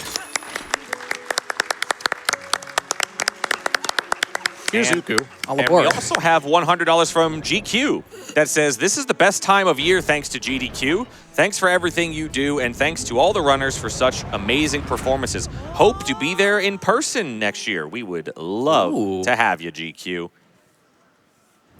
Love that. All right, so we're getting into City in the Sky here, which is a community favorite by a long shot. I said Temple of Time's my favorite. A lot of people love City in the Sky, both casually and just in a speedrunning context. Who here loves City in the Sky? Me, I do. It's all right. That's a fair number of hands. Oh my gosh, that show is on to see. That's why I love this place. And Sparkle likes Charizard. Sorry, Charizard. That's actually one of my favorite bits that I do with a friend is just like casually saying very normal statements and then like saying Charizard just out of nowhere. really, I love that. Anyways, so City in the Sky's fun. Why is City in the Sky fun? You remember how LJAs were a thing that we kind of didn't even really explain? It's just throw, rank, go, Wii. Because you know what? You don't need to know about like you're registering your vertical position of the boomerang is not a number at the moment, so you maximize the speed that you go with the boomerang. You don't really need to know that stuff unless you're going to learn the game. In which case, discord.gg/TP. It's a really cool URL. The community is fantastic and always willing to help. They are one of the most supportive communities that I've come across, and that is saying something considering basically every community is extremely supportive. But this is an LJA jungle gym. We're just gonna go around and do a bunch of LJAs, and I'm going to do a thing that this transformation saves 4 minutes. Yeah. Yep. So, you want to go ahead? Oh, sure. So transforming there in front of that door actually stops the fan in this room from ever turning on. See? Yep. So that'll let us later, in about like, what, 6-ish minutes, let's say, come back into this room and go straight up through the fan as opposed to having to go all the way around through the entire rest of the dungeon. Yeah, it's actually a trigger that's in front of the door we go into that room, and Human Link always hits it, but for some reason they didn't put it far or close enough such that Wolf Link touches it, because it's only Wolf Link's hind legs that actually trigger that zone. So if he just stands right in front of the door, or not as far as possible, or close to as far as possible, it's not terribly precise, then you can just skip that trigger altogether, and the fan never turns on. And now we're gonna go get a small key and then come back. Yeah, and we're doing some definitely not glitchy stuff. You know what would be absolutely silly is if we explain this and then I get Adam glitch, but Well, yeah. it would be silly, but There is an unskippable cutscene coming up where Argarok is going to destroy the bridge we just rolled over. And That was cool. we're going to skip the cutscene. yeah. So currently, for some reason, my save warp location is set at that chest that I just opened. It just does that. So if I were to save warp right now, it would put me there. The for some reason is basically so you can't get around this cutscene by save warping and going back to the beginning of the dungeon, because getting this cutscene is important. It makes you have to do the second half of the dungeon normally. Yep. That said, we just kind of go over here and we do some parkour. Okay. That was spooky. All right. And we skip the cutscene. So, yay. Yeah. Woohoo! Yeah, it can be kind of weird and awkward because you have to hop onto that little platform thing there, but you have to be quick because the wind will push you off if you're too late. So the pressure's on when you go for that jump, because it's not terribly precise, but it's you got to do it quick. Yeah, so skipping that has retained that set point of my save warp point, I guess. Saying the word point twice in a row is weird. So now I will just, if I were to save warp, which I will after I get the double claw shots, it'll put me back at that small key chest and not back at the beginning of the dungeon, which is great for a few reasons, because it makes me not have to do the dungeon normally, and it makes me not have to go through the same first few rooms again. I did say, wouldn't it be great if I got Adam glitch? People who know what I mean know what I mean. I don't. But okay, so there's a thing called Adam glitch, which is again that same Adam, Like the guy that guy, who this yeah. route. Yeah, that is named for him. He got a glitch where, despite doing it correctly, he just went back to the beginning of the dungeon, and it's happened to half a dozen people, but no one really knows what's going on. it's just it's one of the community mysteries of like, why is this happening?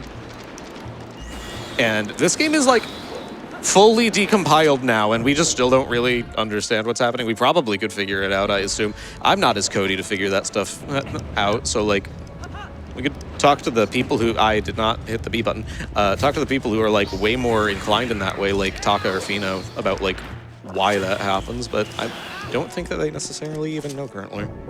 Anyway, here's a cool room. I was kind of just rambling. Yeah. It's still just an LJA jungle gym. What would I do? Just say "we" the entire time? Actually, I think that would be a perfectly okay thing to do. Nice, okay.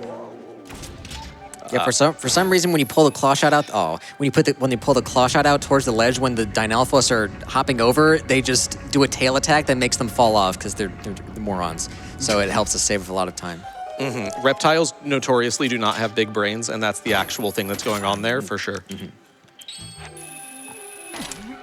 So basically what's happening is the claw shot is recognized as a projectile that is able to hit them, so they rear back trying to, like, block it. Can I grab you, please? Thank you.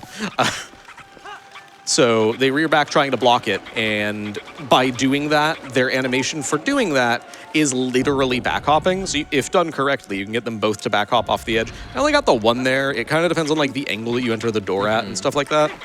But it's just really goofy. It's funny. It's very goofy funny. Speaking of kind of funny, we can skip this second part of the room here where you have to do a slow puzzle by just hopping off this here and then letting go of the Uku to the right. Oh, no, what have I done? I'm sorry.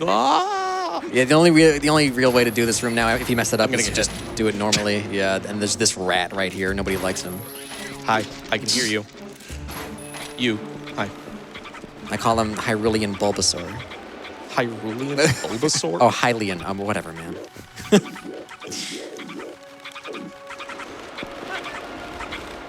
Can I just ask? Oh, wait, you can just go back and do. Oh, I thought it. Oh, I would always do the new room normally. I forgot you can just go back the way you came. Okay, just go back that's pretty useful for when I mess this up next. Thanks, Glubbers. Yeah, you're welcome. I love that I'm getting all of the like very difficult stuff first try, but then like Uku room, I just jump down. Link, it's not that serious. Relax. Yeah, like, he's so dramatic. All right, so here's a part where I mash. He's trying to get Iron Boots on in the frame between this door closing and then the cutscene here. Instead of timing it, that one, I really don't like trying to time it because it's kind of just weird. So instead what I do is just mash, and if I mash at 15 hertz, it's a 50-50. I like flipping coins. Speaking of flipping coins, coins are money. Money is for charity. Keiper, what's up? Hey, what's going on? Did you guys know we're less than $3,000 remaining for Doom Eternal? Yo. And yeah, it's great.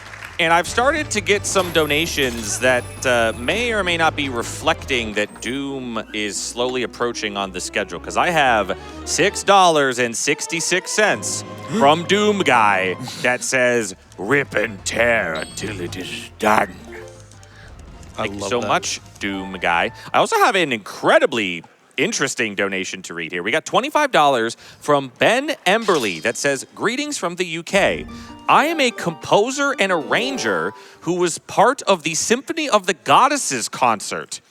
My sister was diagnosed with cancer a couple years back and she beat it 100%. GDQ is one of the highlights." Yes, clap for that, absolutely. GDQ is one of the highlights of my year, and I always make time out to watch you guys show your speedrunning skills and the incredible amounts you raise for such a good cause. Twilight Princess is one of the Zelda games I've played that had the biggest effect on me and is so special to me in many ways, so I had to tune in. Never stop being amazing, and happy 40th anniversary to Legend of Zelda." Yeah, happy 40th. And so now that we got the fan to stop, or we never activated the cutscene, that was scary, we can just go up, and then after we get up, we can also do another cool little clip called Kai Clip, which lets us basically go through the ceiling and up into the boss key room. Yeah, so this is Kai Clip, named for Muffin. It's Discover, and we won't extrapolate. Yeah, there's a little tiny space here between the collision that you can slip the claw shot through. I definitely saw it earlier. There it is. Yep, there it is. Nice. Good job. Hey, Jenkins. I saw it. New name acquired. Thank you. No, Jenkins is that is big No, for me. Jenkins. For me. Oh. I'm still learning. Thank you. So the one on the ground that you were like, ooh, that was scary. That's that's yeah. Leroy. So when this trick was found, I named that one Jenkins. Okay. Okay. Oh, hello. Hello. Hello. You're Holly. Holly, okay. So actually, this room in particular, I'm going to call out and say something sappy for a second. This room in particular is the first ever thing that I saw of any speedrun, and it's what got me into doing this. It was actually GDQ 2014 All Dungeons of Twilight Princess, as done by Fino. And it is what got me started on everything. I started watching runs, I started eventually doing runs, and hello, Kurt. Dude. Oh my. And it's like super special because like now I'm doing like the whole full circle thing, you know? It's super awesome. So I love this room and those tricks are really cool. It just looks so cool, right? It's so sick. This next room might also look sick. And it doesn't have a Kargarok named Kurt who I really don't like. Yeah, this is the fan tower. There's a lot of fans. Dude, the Phantom Tower. Dude, yes. Yo. Let's go. As you were saying. We're trying to hit a cycle here, activating this crystal switch to start the lower fan, and then hitting these cycles with the fans on the way up to the top to activate one more crystal switch. Yeah, you're able to get these cycles like pretty much as soon as they come on, which looks really flashy. You can mess up a little bit. This should still be fine. Yeah, that's a good angle right there. And then these next two are pretty precise. Yeah, this last part's the hard part. Yeah, just you have to be barely. like right on the dot with it. That's fine because we just do that. Yeah. And there's also like a little tiny optimization you can do with the claw shot when it comes back to you, to like activate it faster. Or like when you claw shot to something and you're pulled to it, you can actually like claw shot, cancel it, and then claw shot again is actually faster than just holding Y to claw shot again normally. So it's like those little optimizations that can let you maybe get a cycle earlier that you might not have been able to before. Yeah, yep.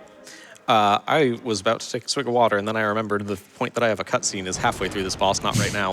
So we're into the Charizard. Hey, Sparkle, you want to just talk about Charizard for a bit? Like, you don't even have to talk about If you want me to talk about Charizard, we might be here for a while. That's all I'm saying. Like after the run, I mean, they have to like pull me out of the room. But yeah, so they're coming up as Argarok, trying to hit this specific claw shot angle to get all the way up onto the vines. This is called Rob Shot. There we go. There you go. Okay. He just skips climbing all the vines. It looks pretty cool. But yeah, this Argarok is pretty slow. He's just waiting around for stuff to happen.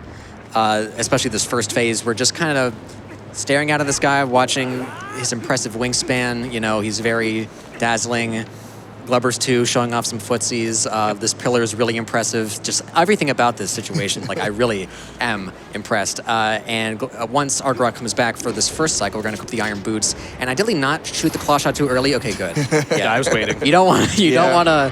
If you claw shot on the first frame of that you can for this cycle, then you will soft lock because you'll be stuck on Argarok, and Charizard will be you will be forced to dangle onto him for eternity across the entire arena. It looks very funny. It's called Cool Game because it makes you go, wow, this is a really cool game. Yeah, you get to see the benevolent nature of Hyrule and its mysteries. Yeah. But yeah, you can do a quick second cycle there by getting up on the pillar immediately after the first cycle.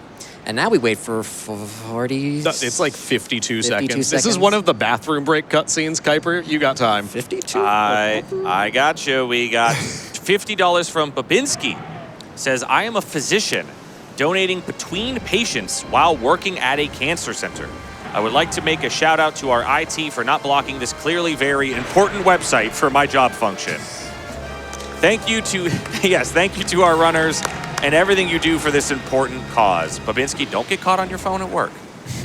$50 from Foil Man that says, as long as we're talking about tasty rocks, we've got to mention Pele's hairs, which are fine golden strands of volcanic glass.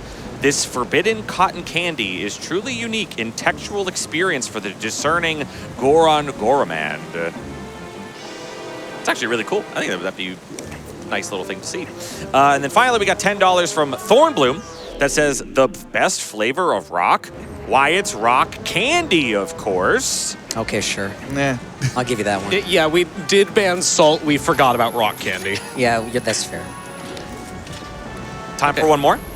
Sure, I'm just doing the fight. Sure, yeah, $25 from Nick that says tastiest rock, my rose quartz D20. I always have to restrain myself from eating it because it looks like candy. We at GDQ do not condone eating your D20s, folks. All right, so now we're on Arg Rock Phase 2. It's a lot of waiting once again, but there's a little, there's some little things we can do to optimize like the cycle and how fast it goes. So you saw Glubbers in that first cycle. He claw shot it on the P-hat and then waited for Arg Rock to breathe fire and then kind of lean down a little bit with the claw shot and then rip the next one. And that was able to basically manipulate Argarok to end his flamethrower early, Charizard to end his flamethrower early, and then you can get onto his back faster. And he's doing it again for the second cycle, but for the third cycle coming up, we're gonna have to do something different because Argarok behaves a little bit differently. Excuse you? you? Have to leave a bit left. I think he's now. Oh, Okay. I saw you. Yeah. This is fine. Hold on.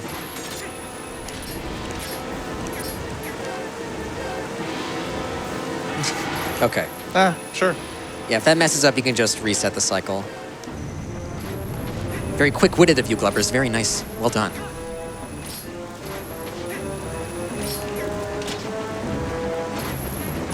Yeah, see, and also, like, it's hard to tell what will actually connect because you saw there, like, that wasn't even close to Charizard, but it still got him on the back, so, like, it's kind of just, like, you kind of have to rip it and kind of just see what happens. Yeah. And like getting slightly off is very normal. So micro adjustments are a major thing. And one of the things that I am very, very grateful for the people who were able to supply tech that I would use for this run last minute because I didn't have my own setup when I was asked to do this run. I was already here. So like that is something where, why am I doing this normally? Yeah, they were supposed to do a different cycle. Hold on. So now he breathes fire the other way, which... Is this still gonna... Yeah, it's fine. Oh, easy. Wow, dude, quick-witted as always, Glubbers. I'm saying, dude. Nice. And that's the fight. Yep. Yeah, normally you would not have the Iron Boots equipped, and then you would go like 4 P-hats down the line, and then wait for the Flamethrower to like envelop one of the P-hats, and then put on the Iron Boots, and then Argarok turns around, and then Charizard turns around, use Flamethrower one more time, and then you unequip the Iron Boots, and then he's just like, what's happening? And he's just stunned in place, and then you can grab him. And then you win. Yay! We like winning. Yeah, so we only have a couple dungeons left. Just going to give a rough time check-in, right? So this has been a very long run. You guys are still... how's everyone's stamina doing? It's been 3 hours. Yeah, it's fun. We probably got, let's see, so we've got, I was about to say Pencil of Twilight. We got the Pencil of Twilight coming up next. Dude, yes. Which is 21, 22 minutes, followed by High Roll, which is like 17, 18 minutes. So high end, we've got like 40 minutes left. That's a quick, hey, this is where we're at. Both, just so everyone knows, we've got quite a bit of time left, but we're still chilling. And also for tech to know, because they might want to thank people for getting ready for the next round. How thoughtful. Quick-witted as always, Glubbers. Speaking of time, Glubbers, I know I heard you say it, but there might have been someone here that misheard you. I got $10 from Really Scared Guy Okay. that says, is the spider gone yet? I've had my eyes closed for 20 minutes. Then how were you able to make this donation? So really scared guy, we now also missed the dragon, which is also pretty scary. So, you know, this next part, it'll be okay. We're just dealing with, like, shadow demons from another dimension. There's a lot of squeebles. Yeah, there's a lot of squeebles. If we get squeebed, it might be over for We're us. absolutely getting squeebed. Oh, no, dude. There's too many squeebles to not get squeebed. Oh, yeah, Glubbers equipped the Iron Boots before going to the cannon to leave the dungeon so he can just fall quickly onto the bridge. If you don't, you fall into the water and you have to swim onto land, which is slow and lame. So we don't want that. Yeah, we don't like things that are slow and lame. We're speedrunners and we wear sunglasses. That makes us cool. Dude, yes. Sunglasses make people cool. I don't know why this is where my brain went. It is pretty bright in here. That's probably what it is. At this point, I've gotten used to having like stage lights and stuff because of like, but also, that is kind of bright. I can't just, well, actually, I kind of can just stare at that one. Hi. I'm gonna stop looking at the light now. GDQ does not condone staring into the studio lights. Oh, I make interesting choices sometimes. It's okay. So welcome to Palace of Twilight. This is the second to last dungeon. We're basically in a victory lap. We did get a double wee-wee. Yeah, she went like, Mina, dude. See, this is why we need the Minda donation noises, or Minda noise. Yeah, what's your favorite? Let us know. Yeah. So I was asked earlier to say hi to Clarence. So we'll stop and talk to Clarence here in a second. I mean, I could say hi to him on the way back too. It's fine. But so there's going to be 3 Dekubabas. There's one on the left, one on the right. This one's Clarence. And that made this happen. Hold on. Hold on. Yep. Oh, wait. Okay. Okay. Oh, no. Hi. Hey, buddy. What? He's so resilient. I'm holding the B button. What is happening? Oh my God. Oh, he's fine. Actually, Clarence messed us up. I said Clarence won't mess us up, but that absolutely messed me up. All right, I'm sorry for saying hi to Clarence. I just promised that like 3 hours ago. Yeah, there's a way you can do the Zant heads like in one hit with the Minda charge, but it's like kind of a precise jump. I've never done one myself because I'm scared. Yeah, you'll see them later. Yeah. Oh, yeah. I was supposed to do one there, but I messed it up by saying Yeah. hi to Clarence. It's okay. Friendships only bind us down. That is a really dark statement. Who needs friends? I have power. That's Ganondorf. Yeah. Snake Eater again? Sounded like Snake Eater. It kind of sounded like Yeah. Snake, yeah. Kinda did. There was a really long ladder in this run. If you put the... Yeah, no, I've got it. If you get it, you get it. What a thrill, faint leap here. Like you can hear it in the background. Yeah. Glubbers is going to be coming up on our first Phantom Zant fight. First of 2. He's going to be using audio cues to figure out Yeah. where Zant is, so I'm probably not going to talk too much here. Yeah, this is like the world's softest quiet time. I need to hear the game so I know where the person is. I'm not really like focus mode, but I kind of need to hear. That said, feel free to keep talking. Just like, please no screaming or clapping.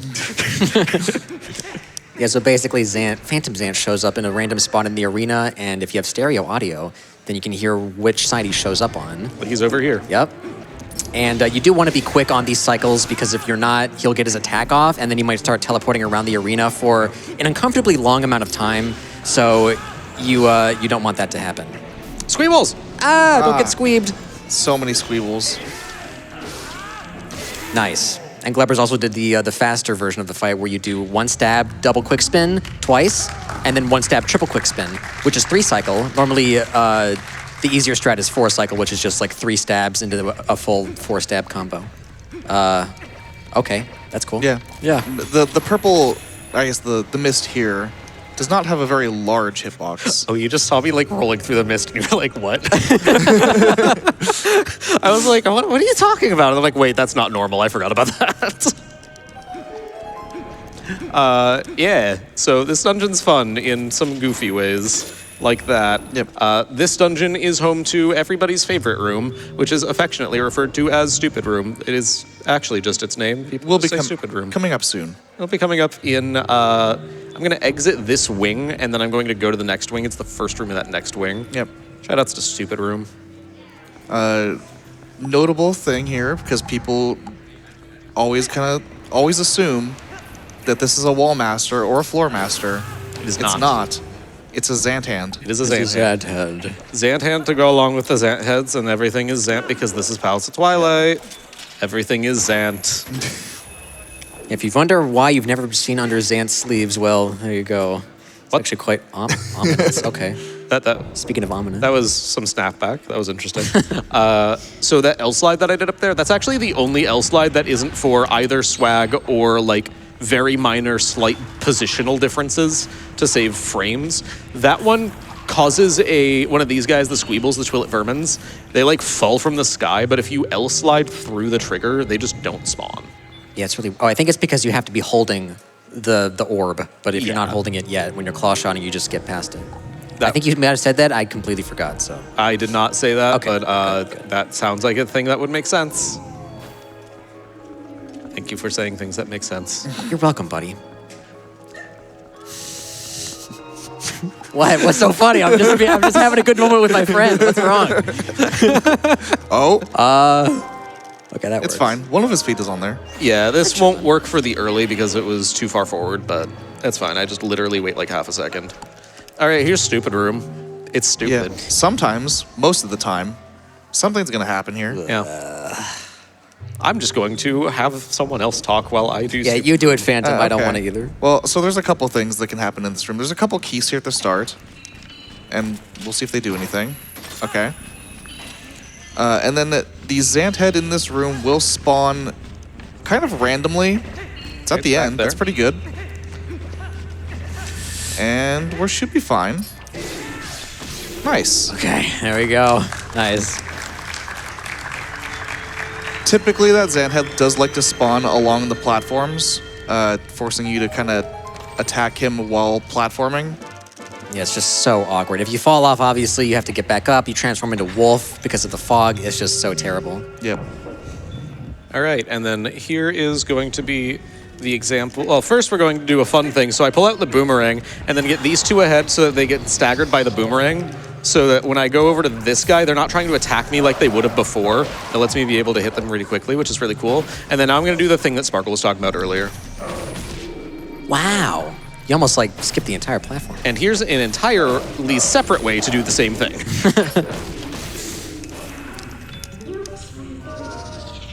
And then now we get to get the final small key of this wing all the way over there. I might be a little bit low. You should be fine. I should no. be fine. It's As lower your than- friend, you can trust me. You should make this. I trust my friends. My friends were Too correct. clever. Put it up there, bro. Put it up there, bro. There we go. All right. Probably could have chosen a better time to do that, but whatever. Yeah, like while I'm actively playing the game. Not even opening a door, just actively playing the game. Oh, Ow. Nice. that's what happens when you have friends. You bonk into the staircase. So this is our second Phantom Zant fight. It is the same as the first one. It is absolutely the same as the first one. Kuiper, if you could say some low-key donations while we do this fight, just so I can still hear. Absolutely, yours. I could do that. $25 from RDO that says, "Hi, one of the IT guys here for Dr. Babinski. You're welcome for not blocking it. We're watching our favorite run being destroyed." Love that. I have a $50 donation from Matt that says, "I'm a real-life geologist, and most rock licking is not advised. Halite, which is table salt, is safe, but several sweet-tasting rocks are poisonous or venomous. I don't know. I'm not a biologist. Remember to ask a professional before tasting on a hike. My favorite tasting rock is corbamite, by the way. I hope you relish it as much as I." Oh. I love that donation just because it's like clearly not, jokingly probably, not understanding which one's venomous or poisonous, because now I'm thinking about like how a rock would bite someone. That sounds pretty scary, actually. Ow. That bonk I do all the time. That one's expected. Don't get squeebed. Oh no! Kuiper, we do have time for a few more still. Of course, we are under $1,500, 94% of the way towards that Doom incentive. Ooh. Kuiper, when does that incentive have to be met by? I believe it is pretty much. I'm pretty sure you have to get into the run. It's not prior to the run, but we would love to get it met prior to the run. I can get confirmation on that and relay it all to you. But we do have $100 from Plarzoid that says, "Gotta donate for more Doom and more Kovac. Congrats on your run on the main stage GDQ, and here's to more in the future. Find all the cute bunnies." Rip and tear. Did I do that right? Sure. And $250 from Cube. Thank you so much for that. Hey, GDQ, just wanted to donate to one of the best pet owners in gaming history as someone who lost their own best friend of a furball, Benny, back in May. And I want to ask everyone who can pet or hug their tiny friends and family. Thank you so much, Cube. We appreciate. And one last big one. This one has no comment, but $500 from Zach Hall. Thank you for the $500, Zach, with no comment. We appreciate it. And just like that, we are 94% of the way, $1,351 left for that Doom incentive. Stop scaring me, please. I'm apparently scaring Sparkle over here, just doing normal gameplay. We've acquired the butter sword. Dude, yummy. Eat up. Dude, you should be able to like spread it on bagels and just cream cheese like just kind of appears. That should be cool. The butter sword spreads cream cheese. You get the vibe, man. That's all I'm saying. No, I get the vibe. I want a cream cheese sword. Yeah, Ask my mother if she's watching birthday presents. could be true. Yeah, now we have the light sword, which lets us dispel the Twilight fog, so Link can get ahead without having to be force transformed into wolf. Yep, that fog gate right there. The only reason we need it. Yep. Yeah, well, yeah. I mean, technically, lore-wise, you need it to hurt Zant. Yeah, So, it's yeah. wrong, but Okay, well, I mean, I don't know, dude. I just think it's cool whenever you slash with the light sword, it kind of like illuminates the area around you. I think that's neat. It's a cool weapon. it does happen to defeat me. all enemies in the Twilight in one Yeah, hit. including Zanhans. Yes. That's true. I didn't get squeebed, Sparkle. Oh, nice. Sorry, I wasn't paying attention. We do have clarification on a donation we got earlier. We have $50 from Miniyar that says, remember, if you bite it and you die, it's poisonous. And if it bites you and you die, it's venomous. Oh, are we still talking about rocks? Yes. Okay. Yes, that is if you, yes. If the rock bites you and you, yes. Okay. Thank Just want to you. make sure. Yeah. Okay. So if my frog is a rock and it bites me, and someone else dies, that's coincidence. We have $100 from Aeonic Archangel that says, I think ice is a rock. So the tastiest rock is a SpongeBob popsicle. Yo, yummy. I think that's changing what the ice is from just water, but sure. Yeah. But you know what? Well, we'll accept it. We already forgot rock candy, so. Yeah. I think we can get confirmation from the Pokemon runners that ice is a rock, right? Sparkle. Is ice a rock? What are you talking about? Sparkle is a Pokemon runner. We have an expert right here. Right. Your thoughts, Sparkles. Is ice a rock? What are you talking? I just said. What are you talking about? No. Rock beats ice. So like, where's ice in the equation here? If they're not like familial like that, I don't know. It just doesn't work out. Is this for like the icy rock that you have for like, I remember that being like Gen 4. I don't know what it does. Oh, the icy rock that extends the duration of hail by 3 turns. Also, by the way, ice rock, the worst dual type in the game. So quite literally, they do not mesh well. So that has to be a no. I'm sorry, Keiper. Wait, why is that a bad dual type? Because everything beats it. Punch it. Yeah, I Yeah. know fighting, I guess. That's I'm the boxing expert, so I should know what they can do about this punching stuff. true. Yeah. Very true. But extending hail would be pretty cool. No, that's the item. I'm talking about the type. Dude, what? Can we? We're playing Zelda. What are we doing? Apparently talking about Pokemon. I got $25 from Lucky Pash that says, is this quiet enough? Thank you. Yes. That is fantastically quiet. Now I will not mess up Phantom Zant at all a few minutes ago. But Yeah. I appreciate that. That's actually, I like that. Now we got the key to That's my Xanth's random room. Maybe we get the ow. No, we're not going to get the early cycle now. No, we messed up the early cycle a while ago. Oh, okay.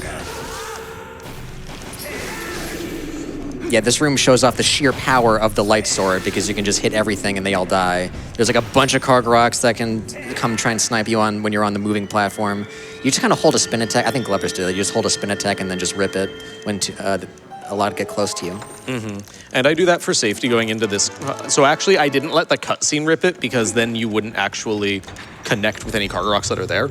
I rip it just before so that the spin animation is going on when the cutscene starts. Because then it retains the ability to actually hit them. Anyways, so here's Platform Cycle Room. Oh, yummy. Okay. Twilight Princess naming conventions are either the most sensible thing on the planet, because this is Platform Cycle Room, named because it's a room with cycles and platforms, Yeah.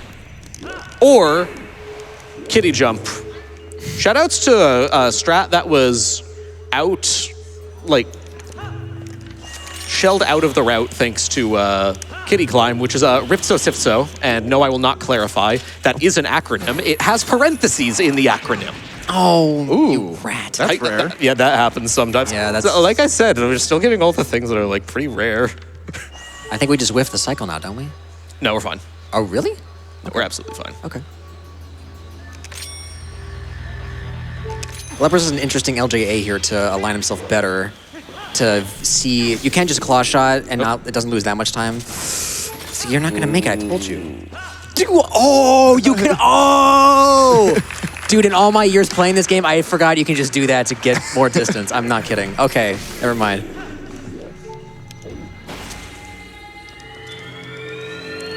But yes, it makes the cycle scary. Yes, a little bit.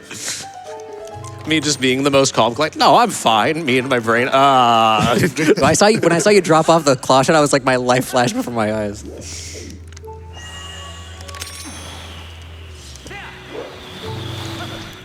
Got time for some donations? Absolutely. I'm Yeah. just going to be stabbing some things. Excellent.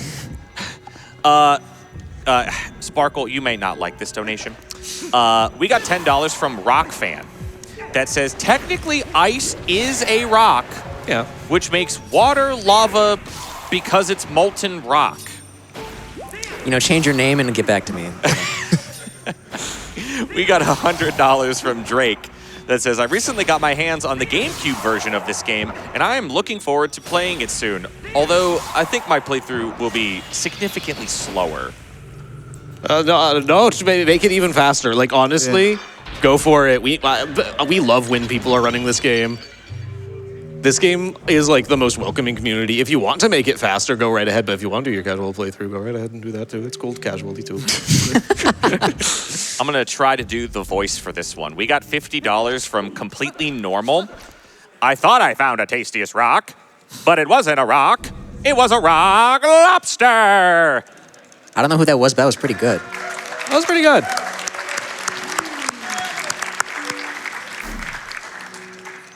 Anyway, here's Usurpator Xanto.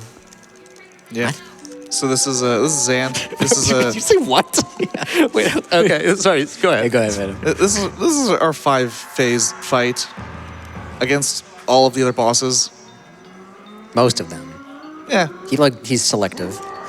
he picks the ones that he likes. Like this is Diababa. You can clearly see that he is Diababa. Yes. He behaves just like Diababa. And there's no Ook here to save us, so it really is extremely challenging. Yeah. Also, Glubbers, he was doing. So one thing to note about this fight, specifically how Xant's like phase health works, is that if you hit him with the last part of a sword combo that like initiates, it pushes the fight forward. It's a little bit more complicated than that, but you'll see Glubbers just try to get. Oh, this is actually coming up here. Nice. Yeah, that was a 2-frame window to get a 1 cycle, so that was pretty good. That was like the hardest part of the fight. That's the hardest part of the fight by far. But yeah, you'll see Glubbers just mainly trying to get the last hit of a combo, which will be relevant for specifically the last phase. And now we're just chilling. So we're back to Morpheal phase, which, as you recall from during Morpheal, I still don't have the Zora armor. That's fine. My air's running out. No. There's plenty. You got bombs. Hello? 7? You're kind of huffing as far as I'm concerned. He only has 6 now. I actually want the items in that order. Oh, we're chilling. This actually is a little bit janky. Like, the approach to it is fundamentally the same in that you're still doing, like, the bomb refill stuff. But because it's very much so a different fight, you need to do some things that are just a little bit different, like managing your height in a very different way. Yeah. It's not RNG, or at least not nearly as much, so... No, the only RNG is the padding of these orbs. Yeah. Xant will always spawn on the opposite side of the giant hole in the middle of the room. Nice. Wait, is that a 1-frame? What is Yes. that? Yo. That's sick, actually. Here's my favorite part of the song. Yeah, so we went from Diababa to Dangoro to Morpheal to Ook. Oh, it actually messed me up. Whoops. No, you're fine. We can Mew Mew Mew. I don't want to be too. No, they were talking. It's fine. Yeah. Meow meow meow meow meow meow meow meow meow meow. That's probably the best, in my opinion, phase theme for Zant. I like this one too. This one's also really good. Also, oh my god, whoa, Zant is really big. Can we actually do this, Glubbers? No. I'm not sure. He's if this is possible. really. Oh, he's really big. Is Horriblock over? Like, I'm kind of getting the heebie-jeebies right now.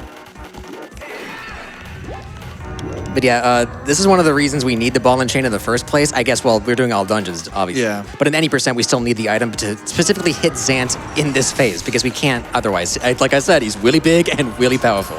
So we need one of the strongest weapons in the game for that. Yeah. His toes are only affected by the ball and chain. Yes. All right, last phase. This phase actually just looks really cool, so just sit back and watch. Or you two can talk about it if you want.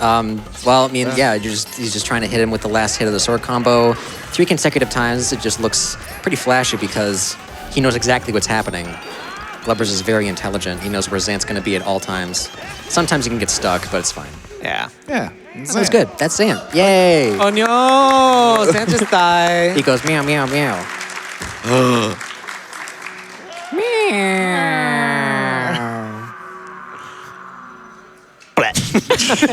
He's so funny. He's so funny. We're All gonna right, skip then the kill him now. cutscene. Yeah, we'll skip the cutscene where Midna literally makes him blow up. He gets better though. Like actually somehow. He's fine. He's somehow fine. Anyway, we're going into what is close to the end of the run here. We're heading into Hyrule Castle. We've got, like I said before, it's like 17, 18 minutes, so we've got about that length left in the run. We're coming quickly to a close. We've done 8 of 9 dungeons. So I'm going to just gush about this category for a second in this game. I've been running this game and this category specifically for, this is my 6th year starting. I started running Twilight Princess all dungeons in 2021, and I've had an absolute blast with it for the longest time. I'm so grateful for being able to showcase this because this is genuinely just the most fun run and category for me to be able to do. I love this so much, so awesome. I just love this. Anyway, we're gonna go do a Postman skip, so maybe that Postman donation will, I'm sorry, we're gonna not say hi to him. Unless I walk right into the trigger, which is very possible because I literally just count these spokes off to the right. Less than $400 for Doom Eternal. Oh, let's go. Less than 300. 300. Ooh. Okay, well, we're about to get into the longest unskippable cutscene of the run. Keiper, I'm going to pass it back to you. So how about we get some hype for that Doom Eternal going? We've got $300. Let's get it by the end of the cutscene. I can do that. Can we hit this by the end of this cutscene? We got $50 from Nick Does Voices that helped us get there that says, rip and tear until it is done. Thank you so much, Nick.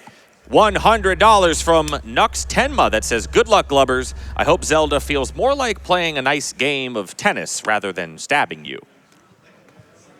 Hi, Nux. $5 from Mr. Scruff Ninja Tuna that says, my favorite type of rock is alternative. Oh, Sure. very nice. Like that one. We got $5 from YouGamer81 that says, it's not just a boulder, it's a rock. The pioneers used to ride these babies for miles, and it's in great shape. I've been told this is a SpongeBob joke. I don't watch SpongeBob, so I will just trust. Get a load of this guy. I'm like, come on. Whoa, Mr. Ice is not a rock guy. Okay. Okay, all right. All right. You know what? See me after class and see what I think of that. All right. Oh no, these two are going to take it out back and have a very civil conversation. Pokemon versus Donkey Kong. Let's go. All right. I think Donkey Kong kind of is a Pokemon. Yeah. That might be. We just met Doom Eternal. Hey. Hey, the cutscene's not over yet. It's making the thing blow up. Let's go, everybody. Thank you so much. We will be finding our bunny Daisy in the Doom Eternal run. Thank you so very much. We got $50 from Ben. I remember being so hyped for Twilight Princess that I would print out trailer screenshots for my friends and I to analyze at school. Life before phones was something else. Dude, yes. That is awesome. Wait, that's really cool. And I got $100 here from Vidya James. What's up, buddy? I don't know much about rocks, but I have a ton of sentimental value for Twilight Princess. Vidya, see me after the run. Jamie, I'm with Keiper on this one. And we got $250 from Dr. Lay that says, "Let's go Doom!" Woo! So this is a really fun strat because I just kind of set down a bomb and then I hold my shield out and I... Idiot. Idiot? There's like 6 of them. That's what I said, whatever. And then this is barrier skip. Yeah, so that was barrier 1. Here's barrier skip. I skipped the cutscene. Hey. Woo! That's it, we got it. We did it. We found it, guys. Here's like a million more of those people that Sparkle called dumb. What? I mean, they're not going to be able to find you. Actually, that's not true. That's not true. They can break follow through. you. It'd be very funny if they do show up. Oh my goodness. Okay, so you remember Mr. What is King Bulblin's first name? What do we think? Bilbo. Somebody Yeah. say Bilbo King Boba. Jay? Sorry, Joey. Yeah, he actually has so much health in this fight. We have to wait for him to attack so we can stun him again. It's actually, that's out there, yeah. And then here's like arguably one of people's favorite points of the game because King Bulblin is just like, yeah, you know what? We didn't even beat him. He's just like, you know what? I'm done. You just keep, yeah, you're stronger. Just take this small key. Take the key. Well, we give up. We're on your side now. Bye-bye. Bye-bye. And notably, there are no more Bulblins for the rest of the run. But check this out. You said that like I'm going to, yeah. Dude, come on. I mean, what if it did? It would look so cool. That'd be the easiest YouTube short.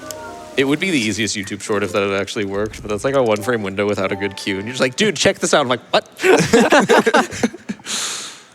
It's the last save warp of the run, so let's appreciate Spance one more time. Woo! Thanks, Spance. Woo! He's helped us all this way. Thanks, buddy. Thank you again for everybody that donated to get the file names done. We will have one last showing, I guess, of Cow. Oh, true. Yeah. Cow will reprise her role. You guys are going to moo It during sounds like you're saying horseback boo art. every time, and I'm like, why? Yeah, like it sounded like boo during That's a Cow, but like you could look at the game and go, yeah, that makes sense. Now it just sounds like you're booing during Twilight Princess. Also, that was barrier skip 2. Barrier skip 3. A 3. Wow. Yeah. Skip's pretty awesome. I just feel like they're going to be mooing the entire time I do horseback, which thankfully is only like a minute. So remember that dark nut? What? Yeah, here's a... You don't mean. What if there's no. another one? Hello. Yeah, this guy's funny. We can just roll up twice, and like in the middle of his attack animation, we can just roll stab him, some extra damage. That's pretty nice. I need you and I need you. Meow, meow, and then boom, boom, boom. Ooh, that feels so good. Sometimes he can get pushed away from you so the ball and chain misses, but Glubbers doesn't miss those, so it's fine. No, I never missed those. Definitely not during Temple of Time earlier. No. Yeah, because, no. Sparkle's got my back, even when it's verifiably false. That's what real friends are for. That's what being a hype beast is all about, dude. So true. I need you, you, and you. Nice. So we're going to do this puzzle in the wrong order. Neat. Yeah, the positioning's just like a little bit better. You're closer to the door. It's a little bit more strict, though. Yeah. It saves like half a second because, again, hashtag small type save. Small time save. And then there's these guys. Bombs do I have? 4? Okay. Okay, so this is a fun strat. They're like, what was that? Those guys are so funny. It's even funnier in any percent where they just like you throw a bomb and it's like they just stare at like Yeah, they just stare at it like, what's that? And then they die. So we have to fight this guy. You. oh yeah, the mini boss we skipped in City has come back for revenge. Yeah. Oh, That's okay. Ow. ow, dude, Okay. so resilient. He's gonna go up again, isn't he? Yeah. Okay. Hey, come down. Dude, there's so much lag in this area. There really is. But yeah, normally you can just, if you get the ball and chain out in a good spot quick enough, then you can just like get 4 easy hits. And then you can throw it on the 5th before the 5th hit. And then the air elfos will like attack you, but then make himself vulnerable and get hit by the ball and chain for an easy 1 cycle. But sometimes it just doesn't work because he doesn't feel like it. Yeah, that actually kind of is how that feels. I don't feel like I'm doing anything different. And it's Yeah. just like, oh. All right, here is Giga Friends cutscene. Because when we don't have, we have like 1 bathroom break from the 20-minute mark to like a roll or Argarok mid cutscene. So we have like 1 bathroom break for 3 hours of this run, and we get 2 in a row in this dungeon. Yeah.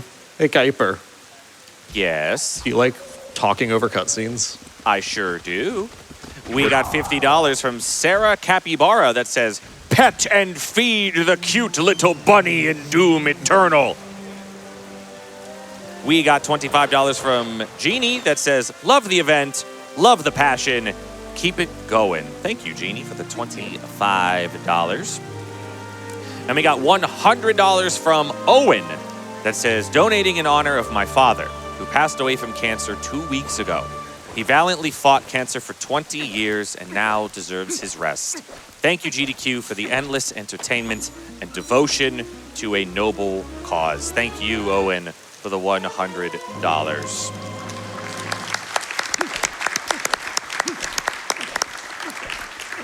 Thank you. That is wonderful. Yeah. We are going into the final tower here. Very, very end of the run. We got like 4 fights, though. Yeah. Kind A of. lot. There's a lot of fights. 4 bosses in 1 dungeon. That's a lot. There's a lot. So we are coming pretty close up to the end of the run here. Thank you all for being here and supporting the run. Thank you to my commentators, Of course. Yeah. Sparkle and Phantom.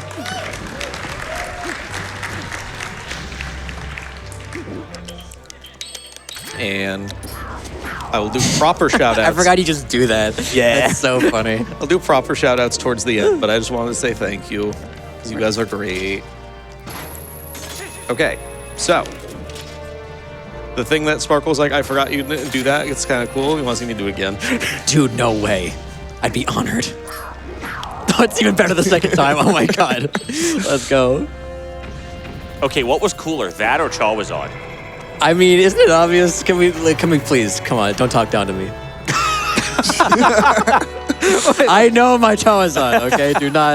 Don't question me. We could just claw shot a grate to skip the last Dark Nut fight and go straight into the final boss fights. Yep.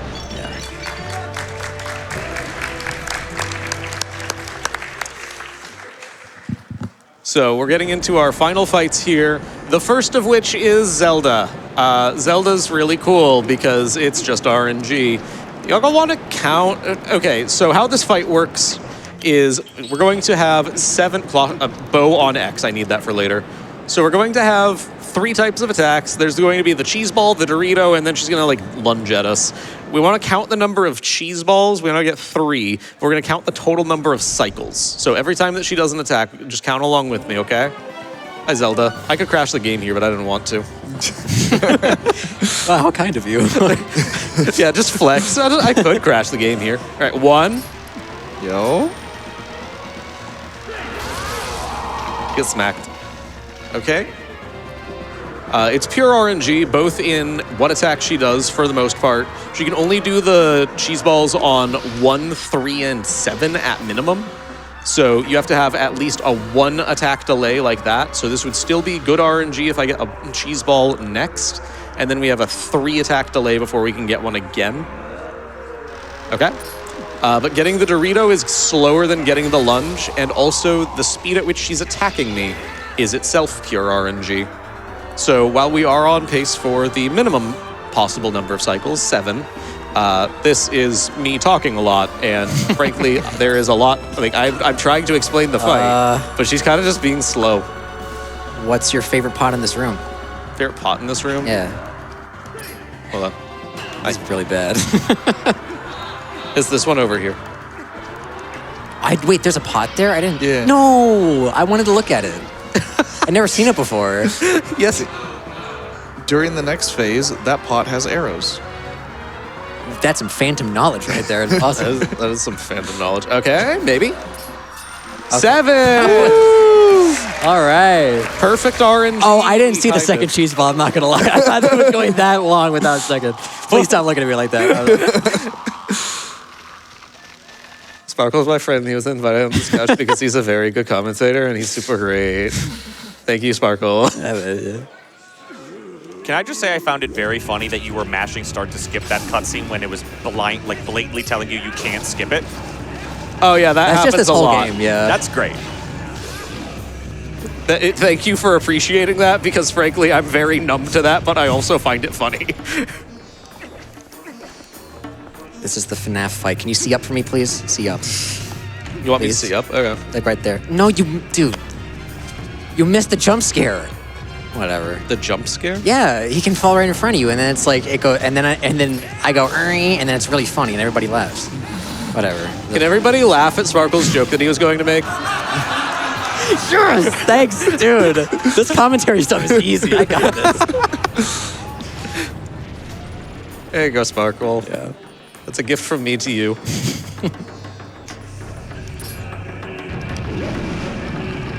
And now we can just we set up the health such that we can just jump. yeah. the attack with So the, this will be the bolt. end of Beast Ganon, phase 2 of 4. And now we have cow. Now we have Cow.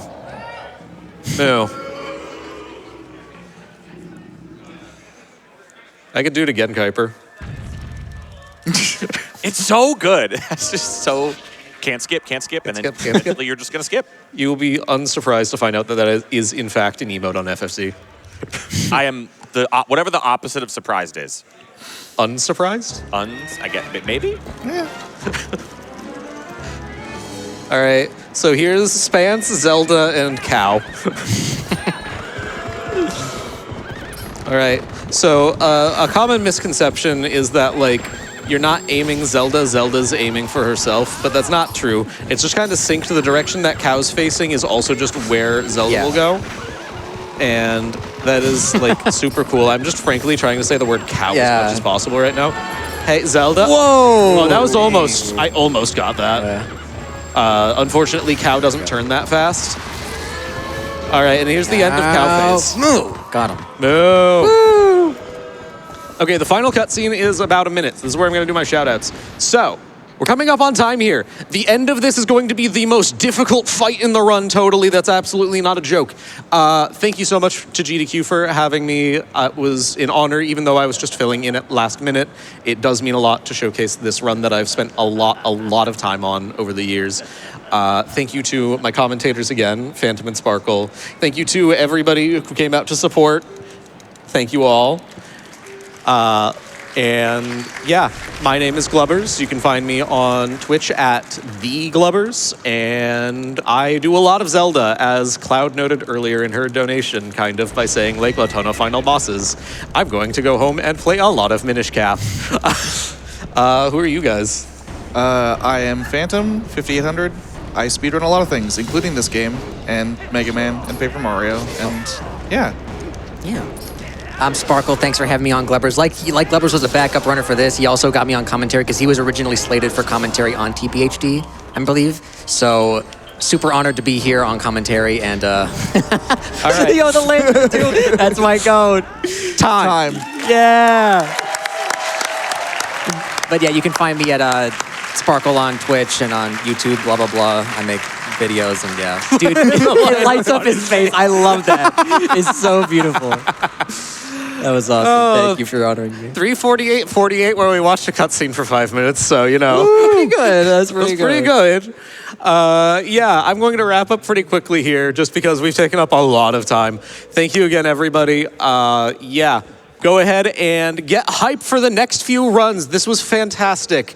The next run that we have coming up is, I believe, Doom Eternal something Nightmare mode, which is like the hardest difficulty, other than Ultra Nightmare or something. So yeah, that's all from me. I run Zelda. Zelda's cooler than Doom. Later. Yo.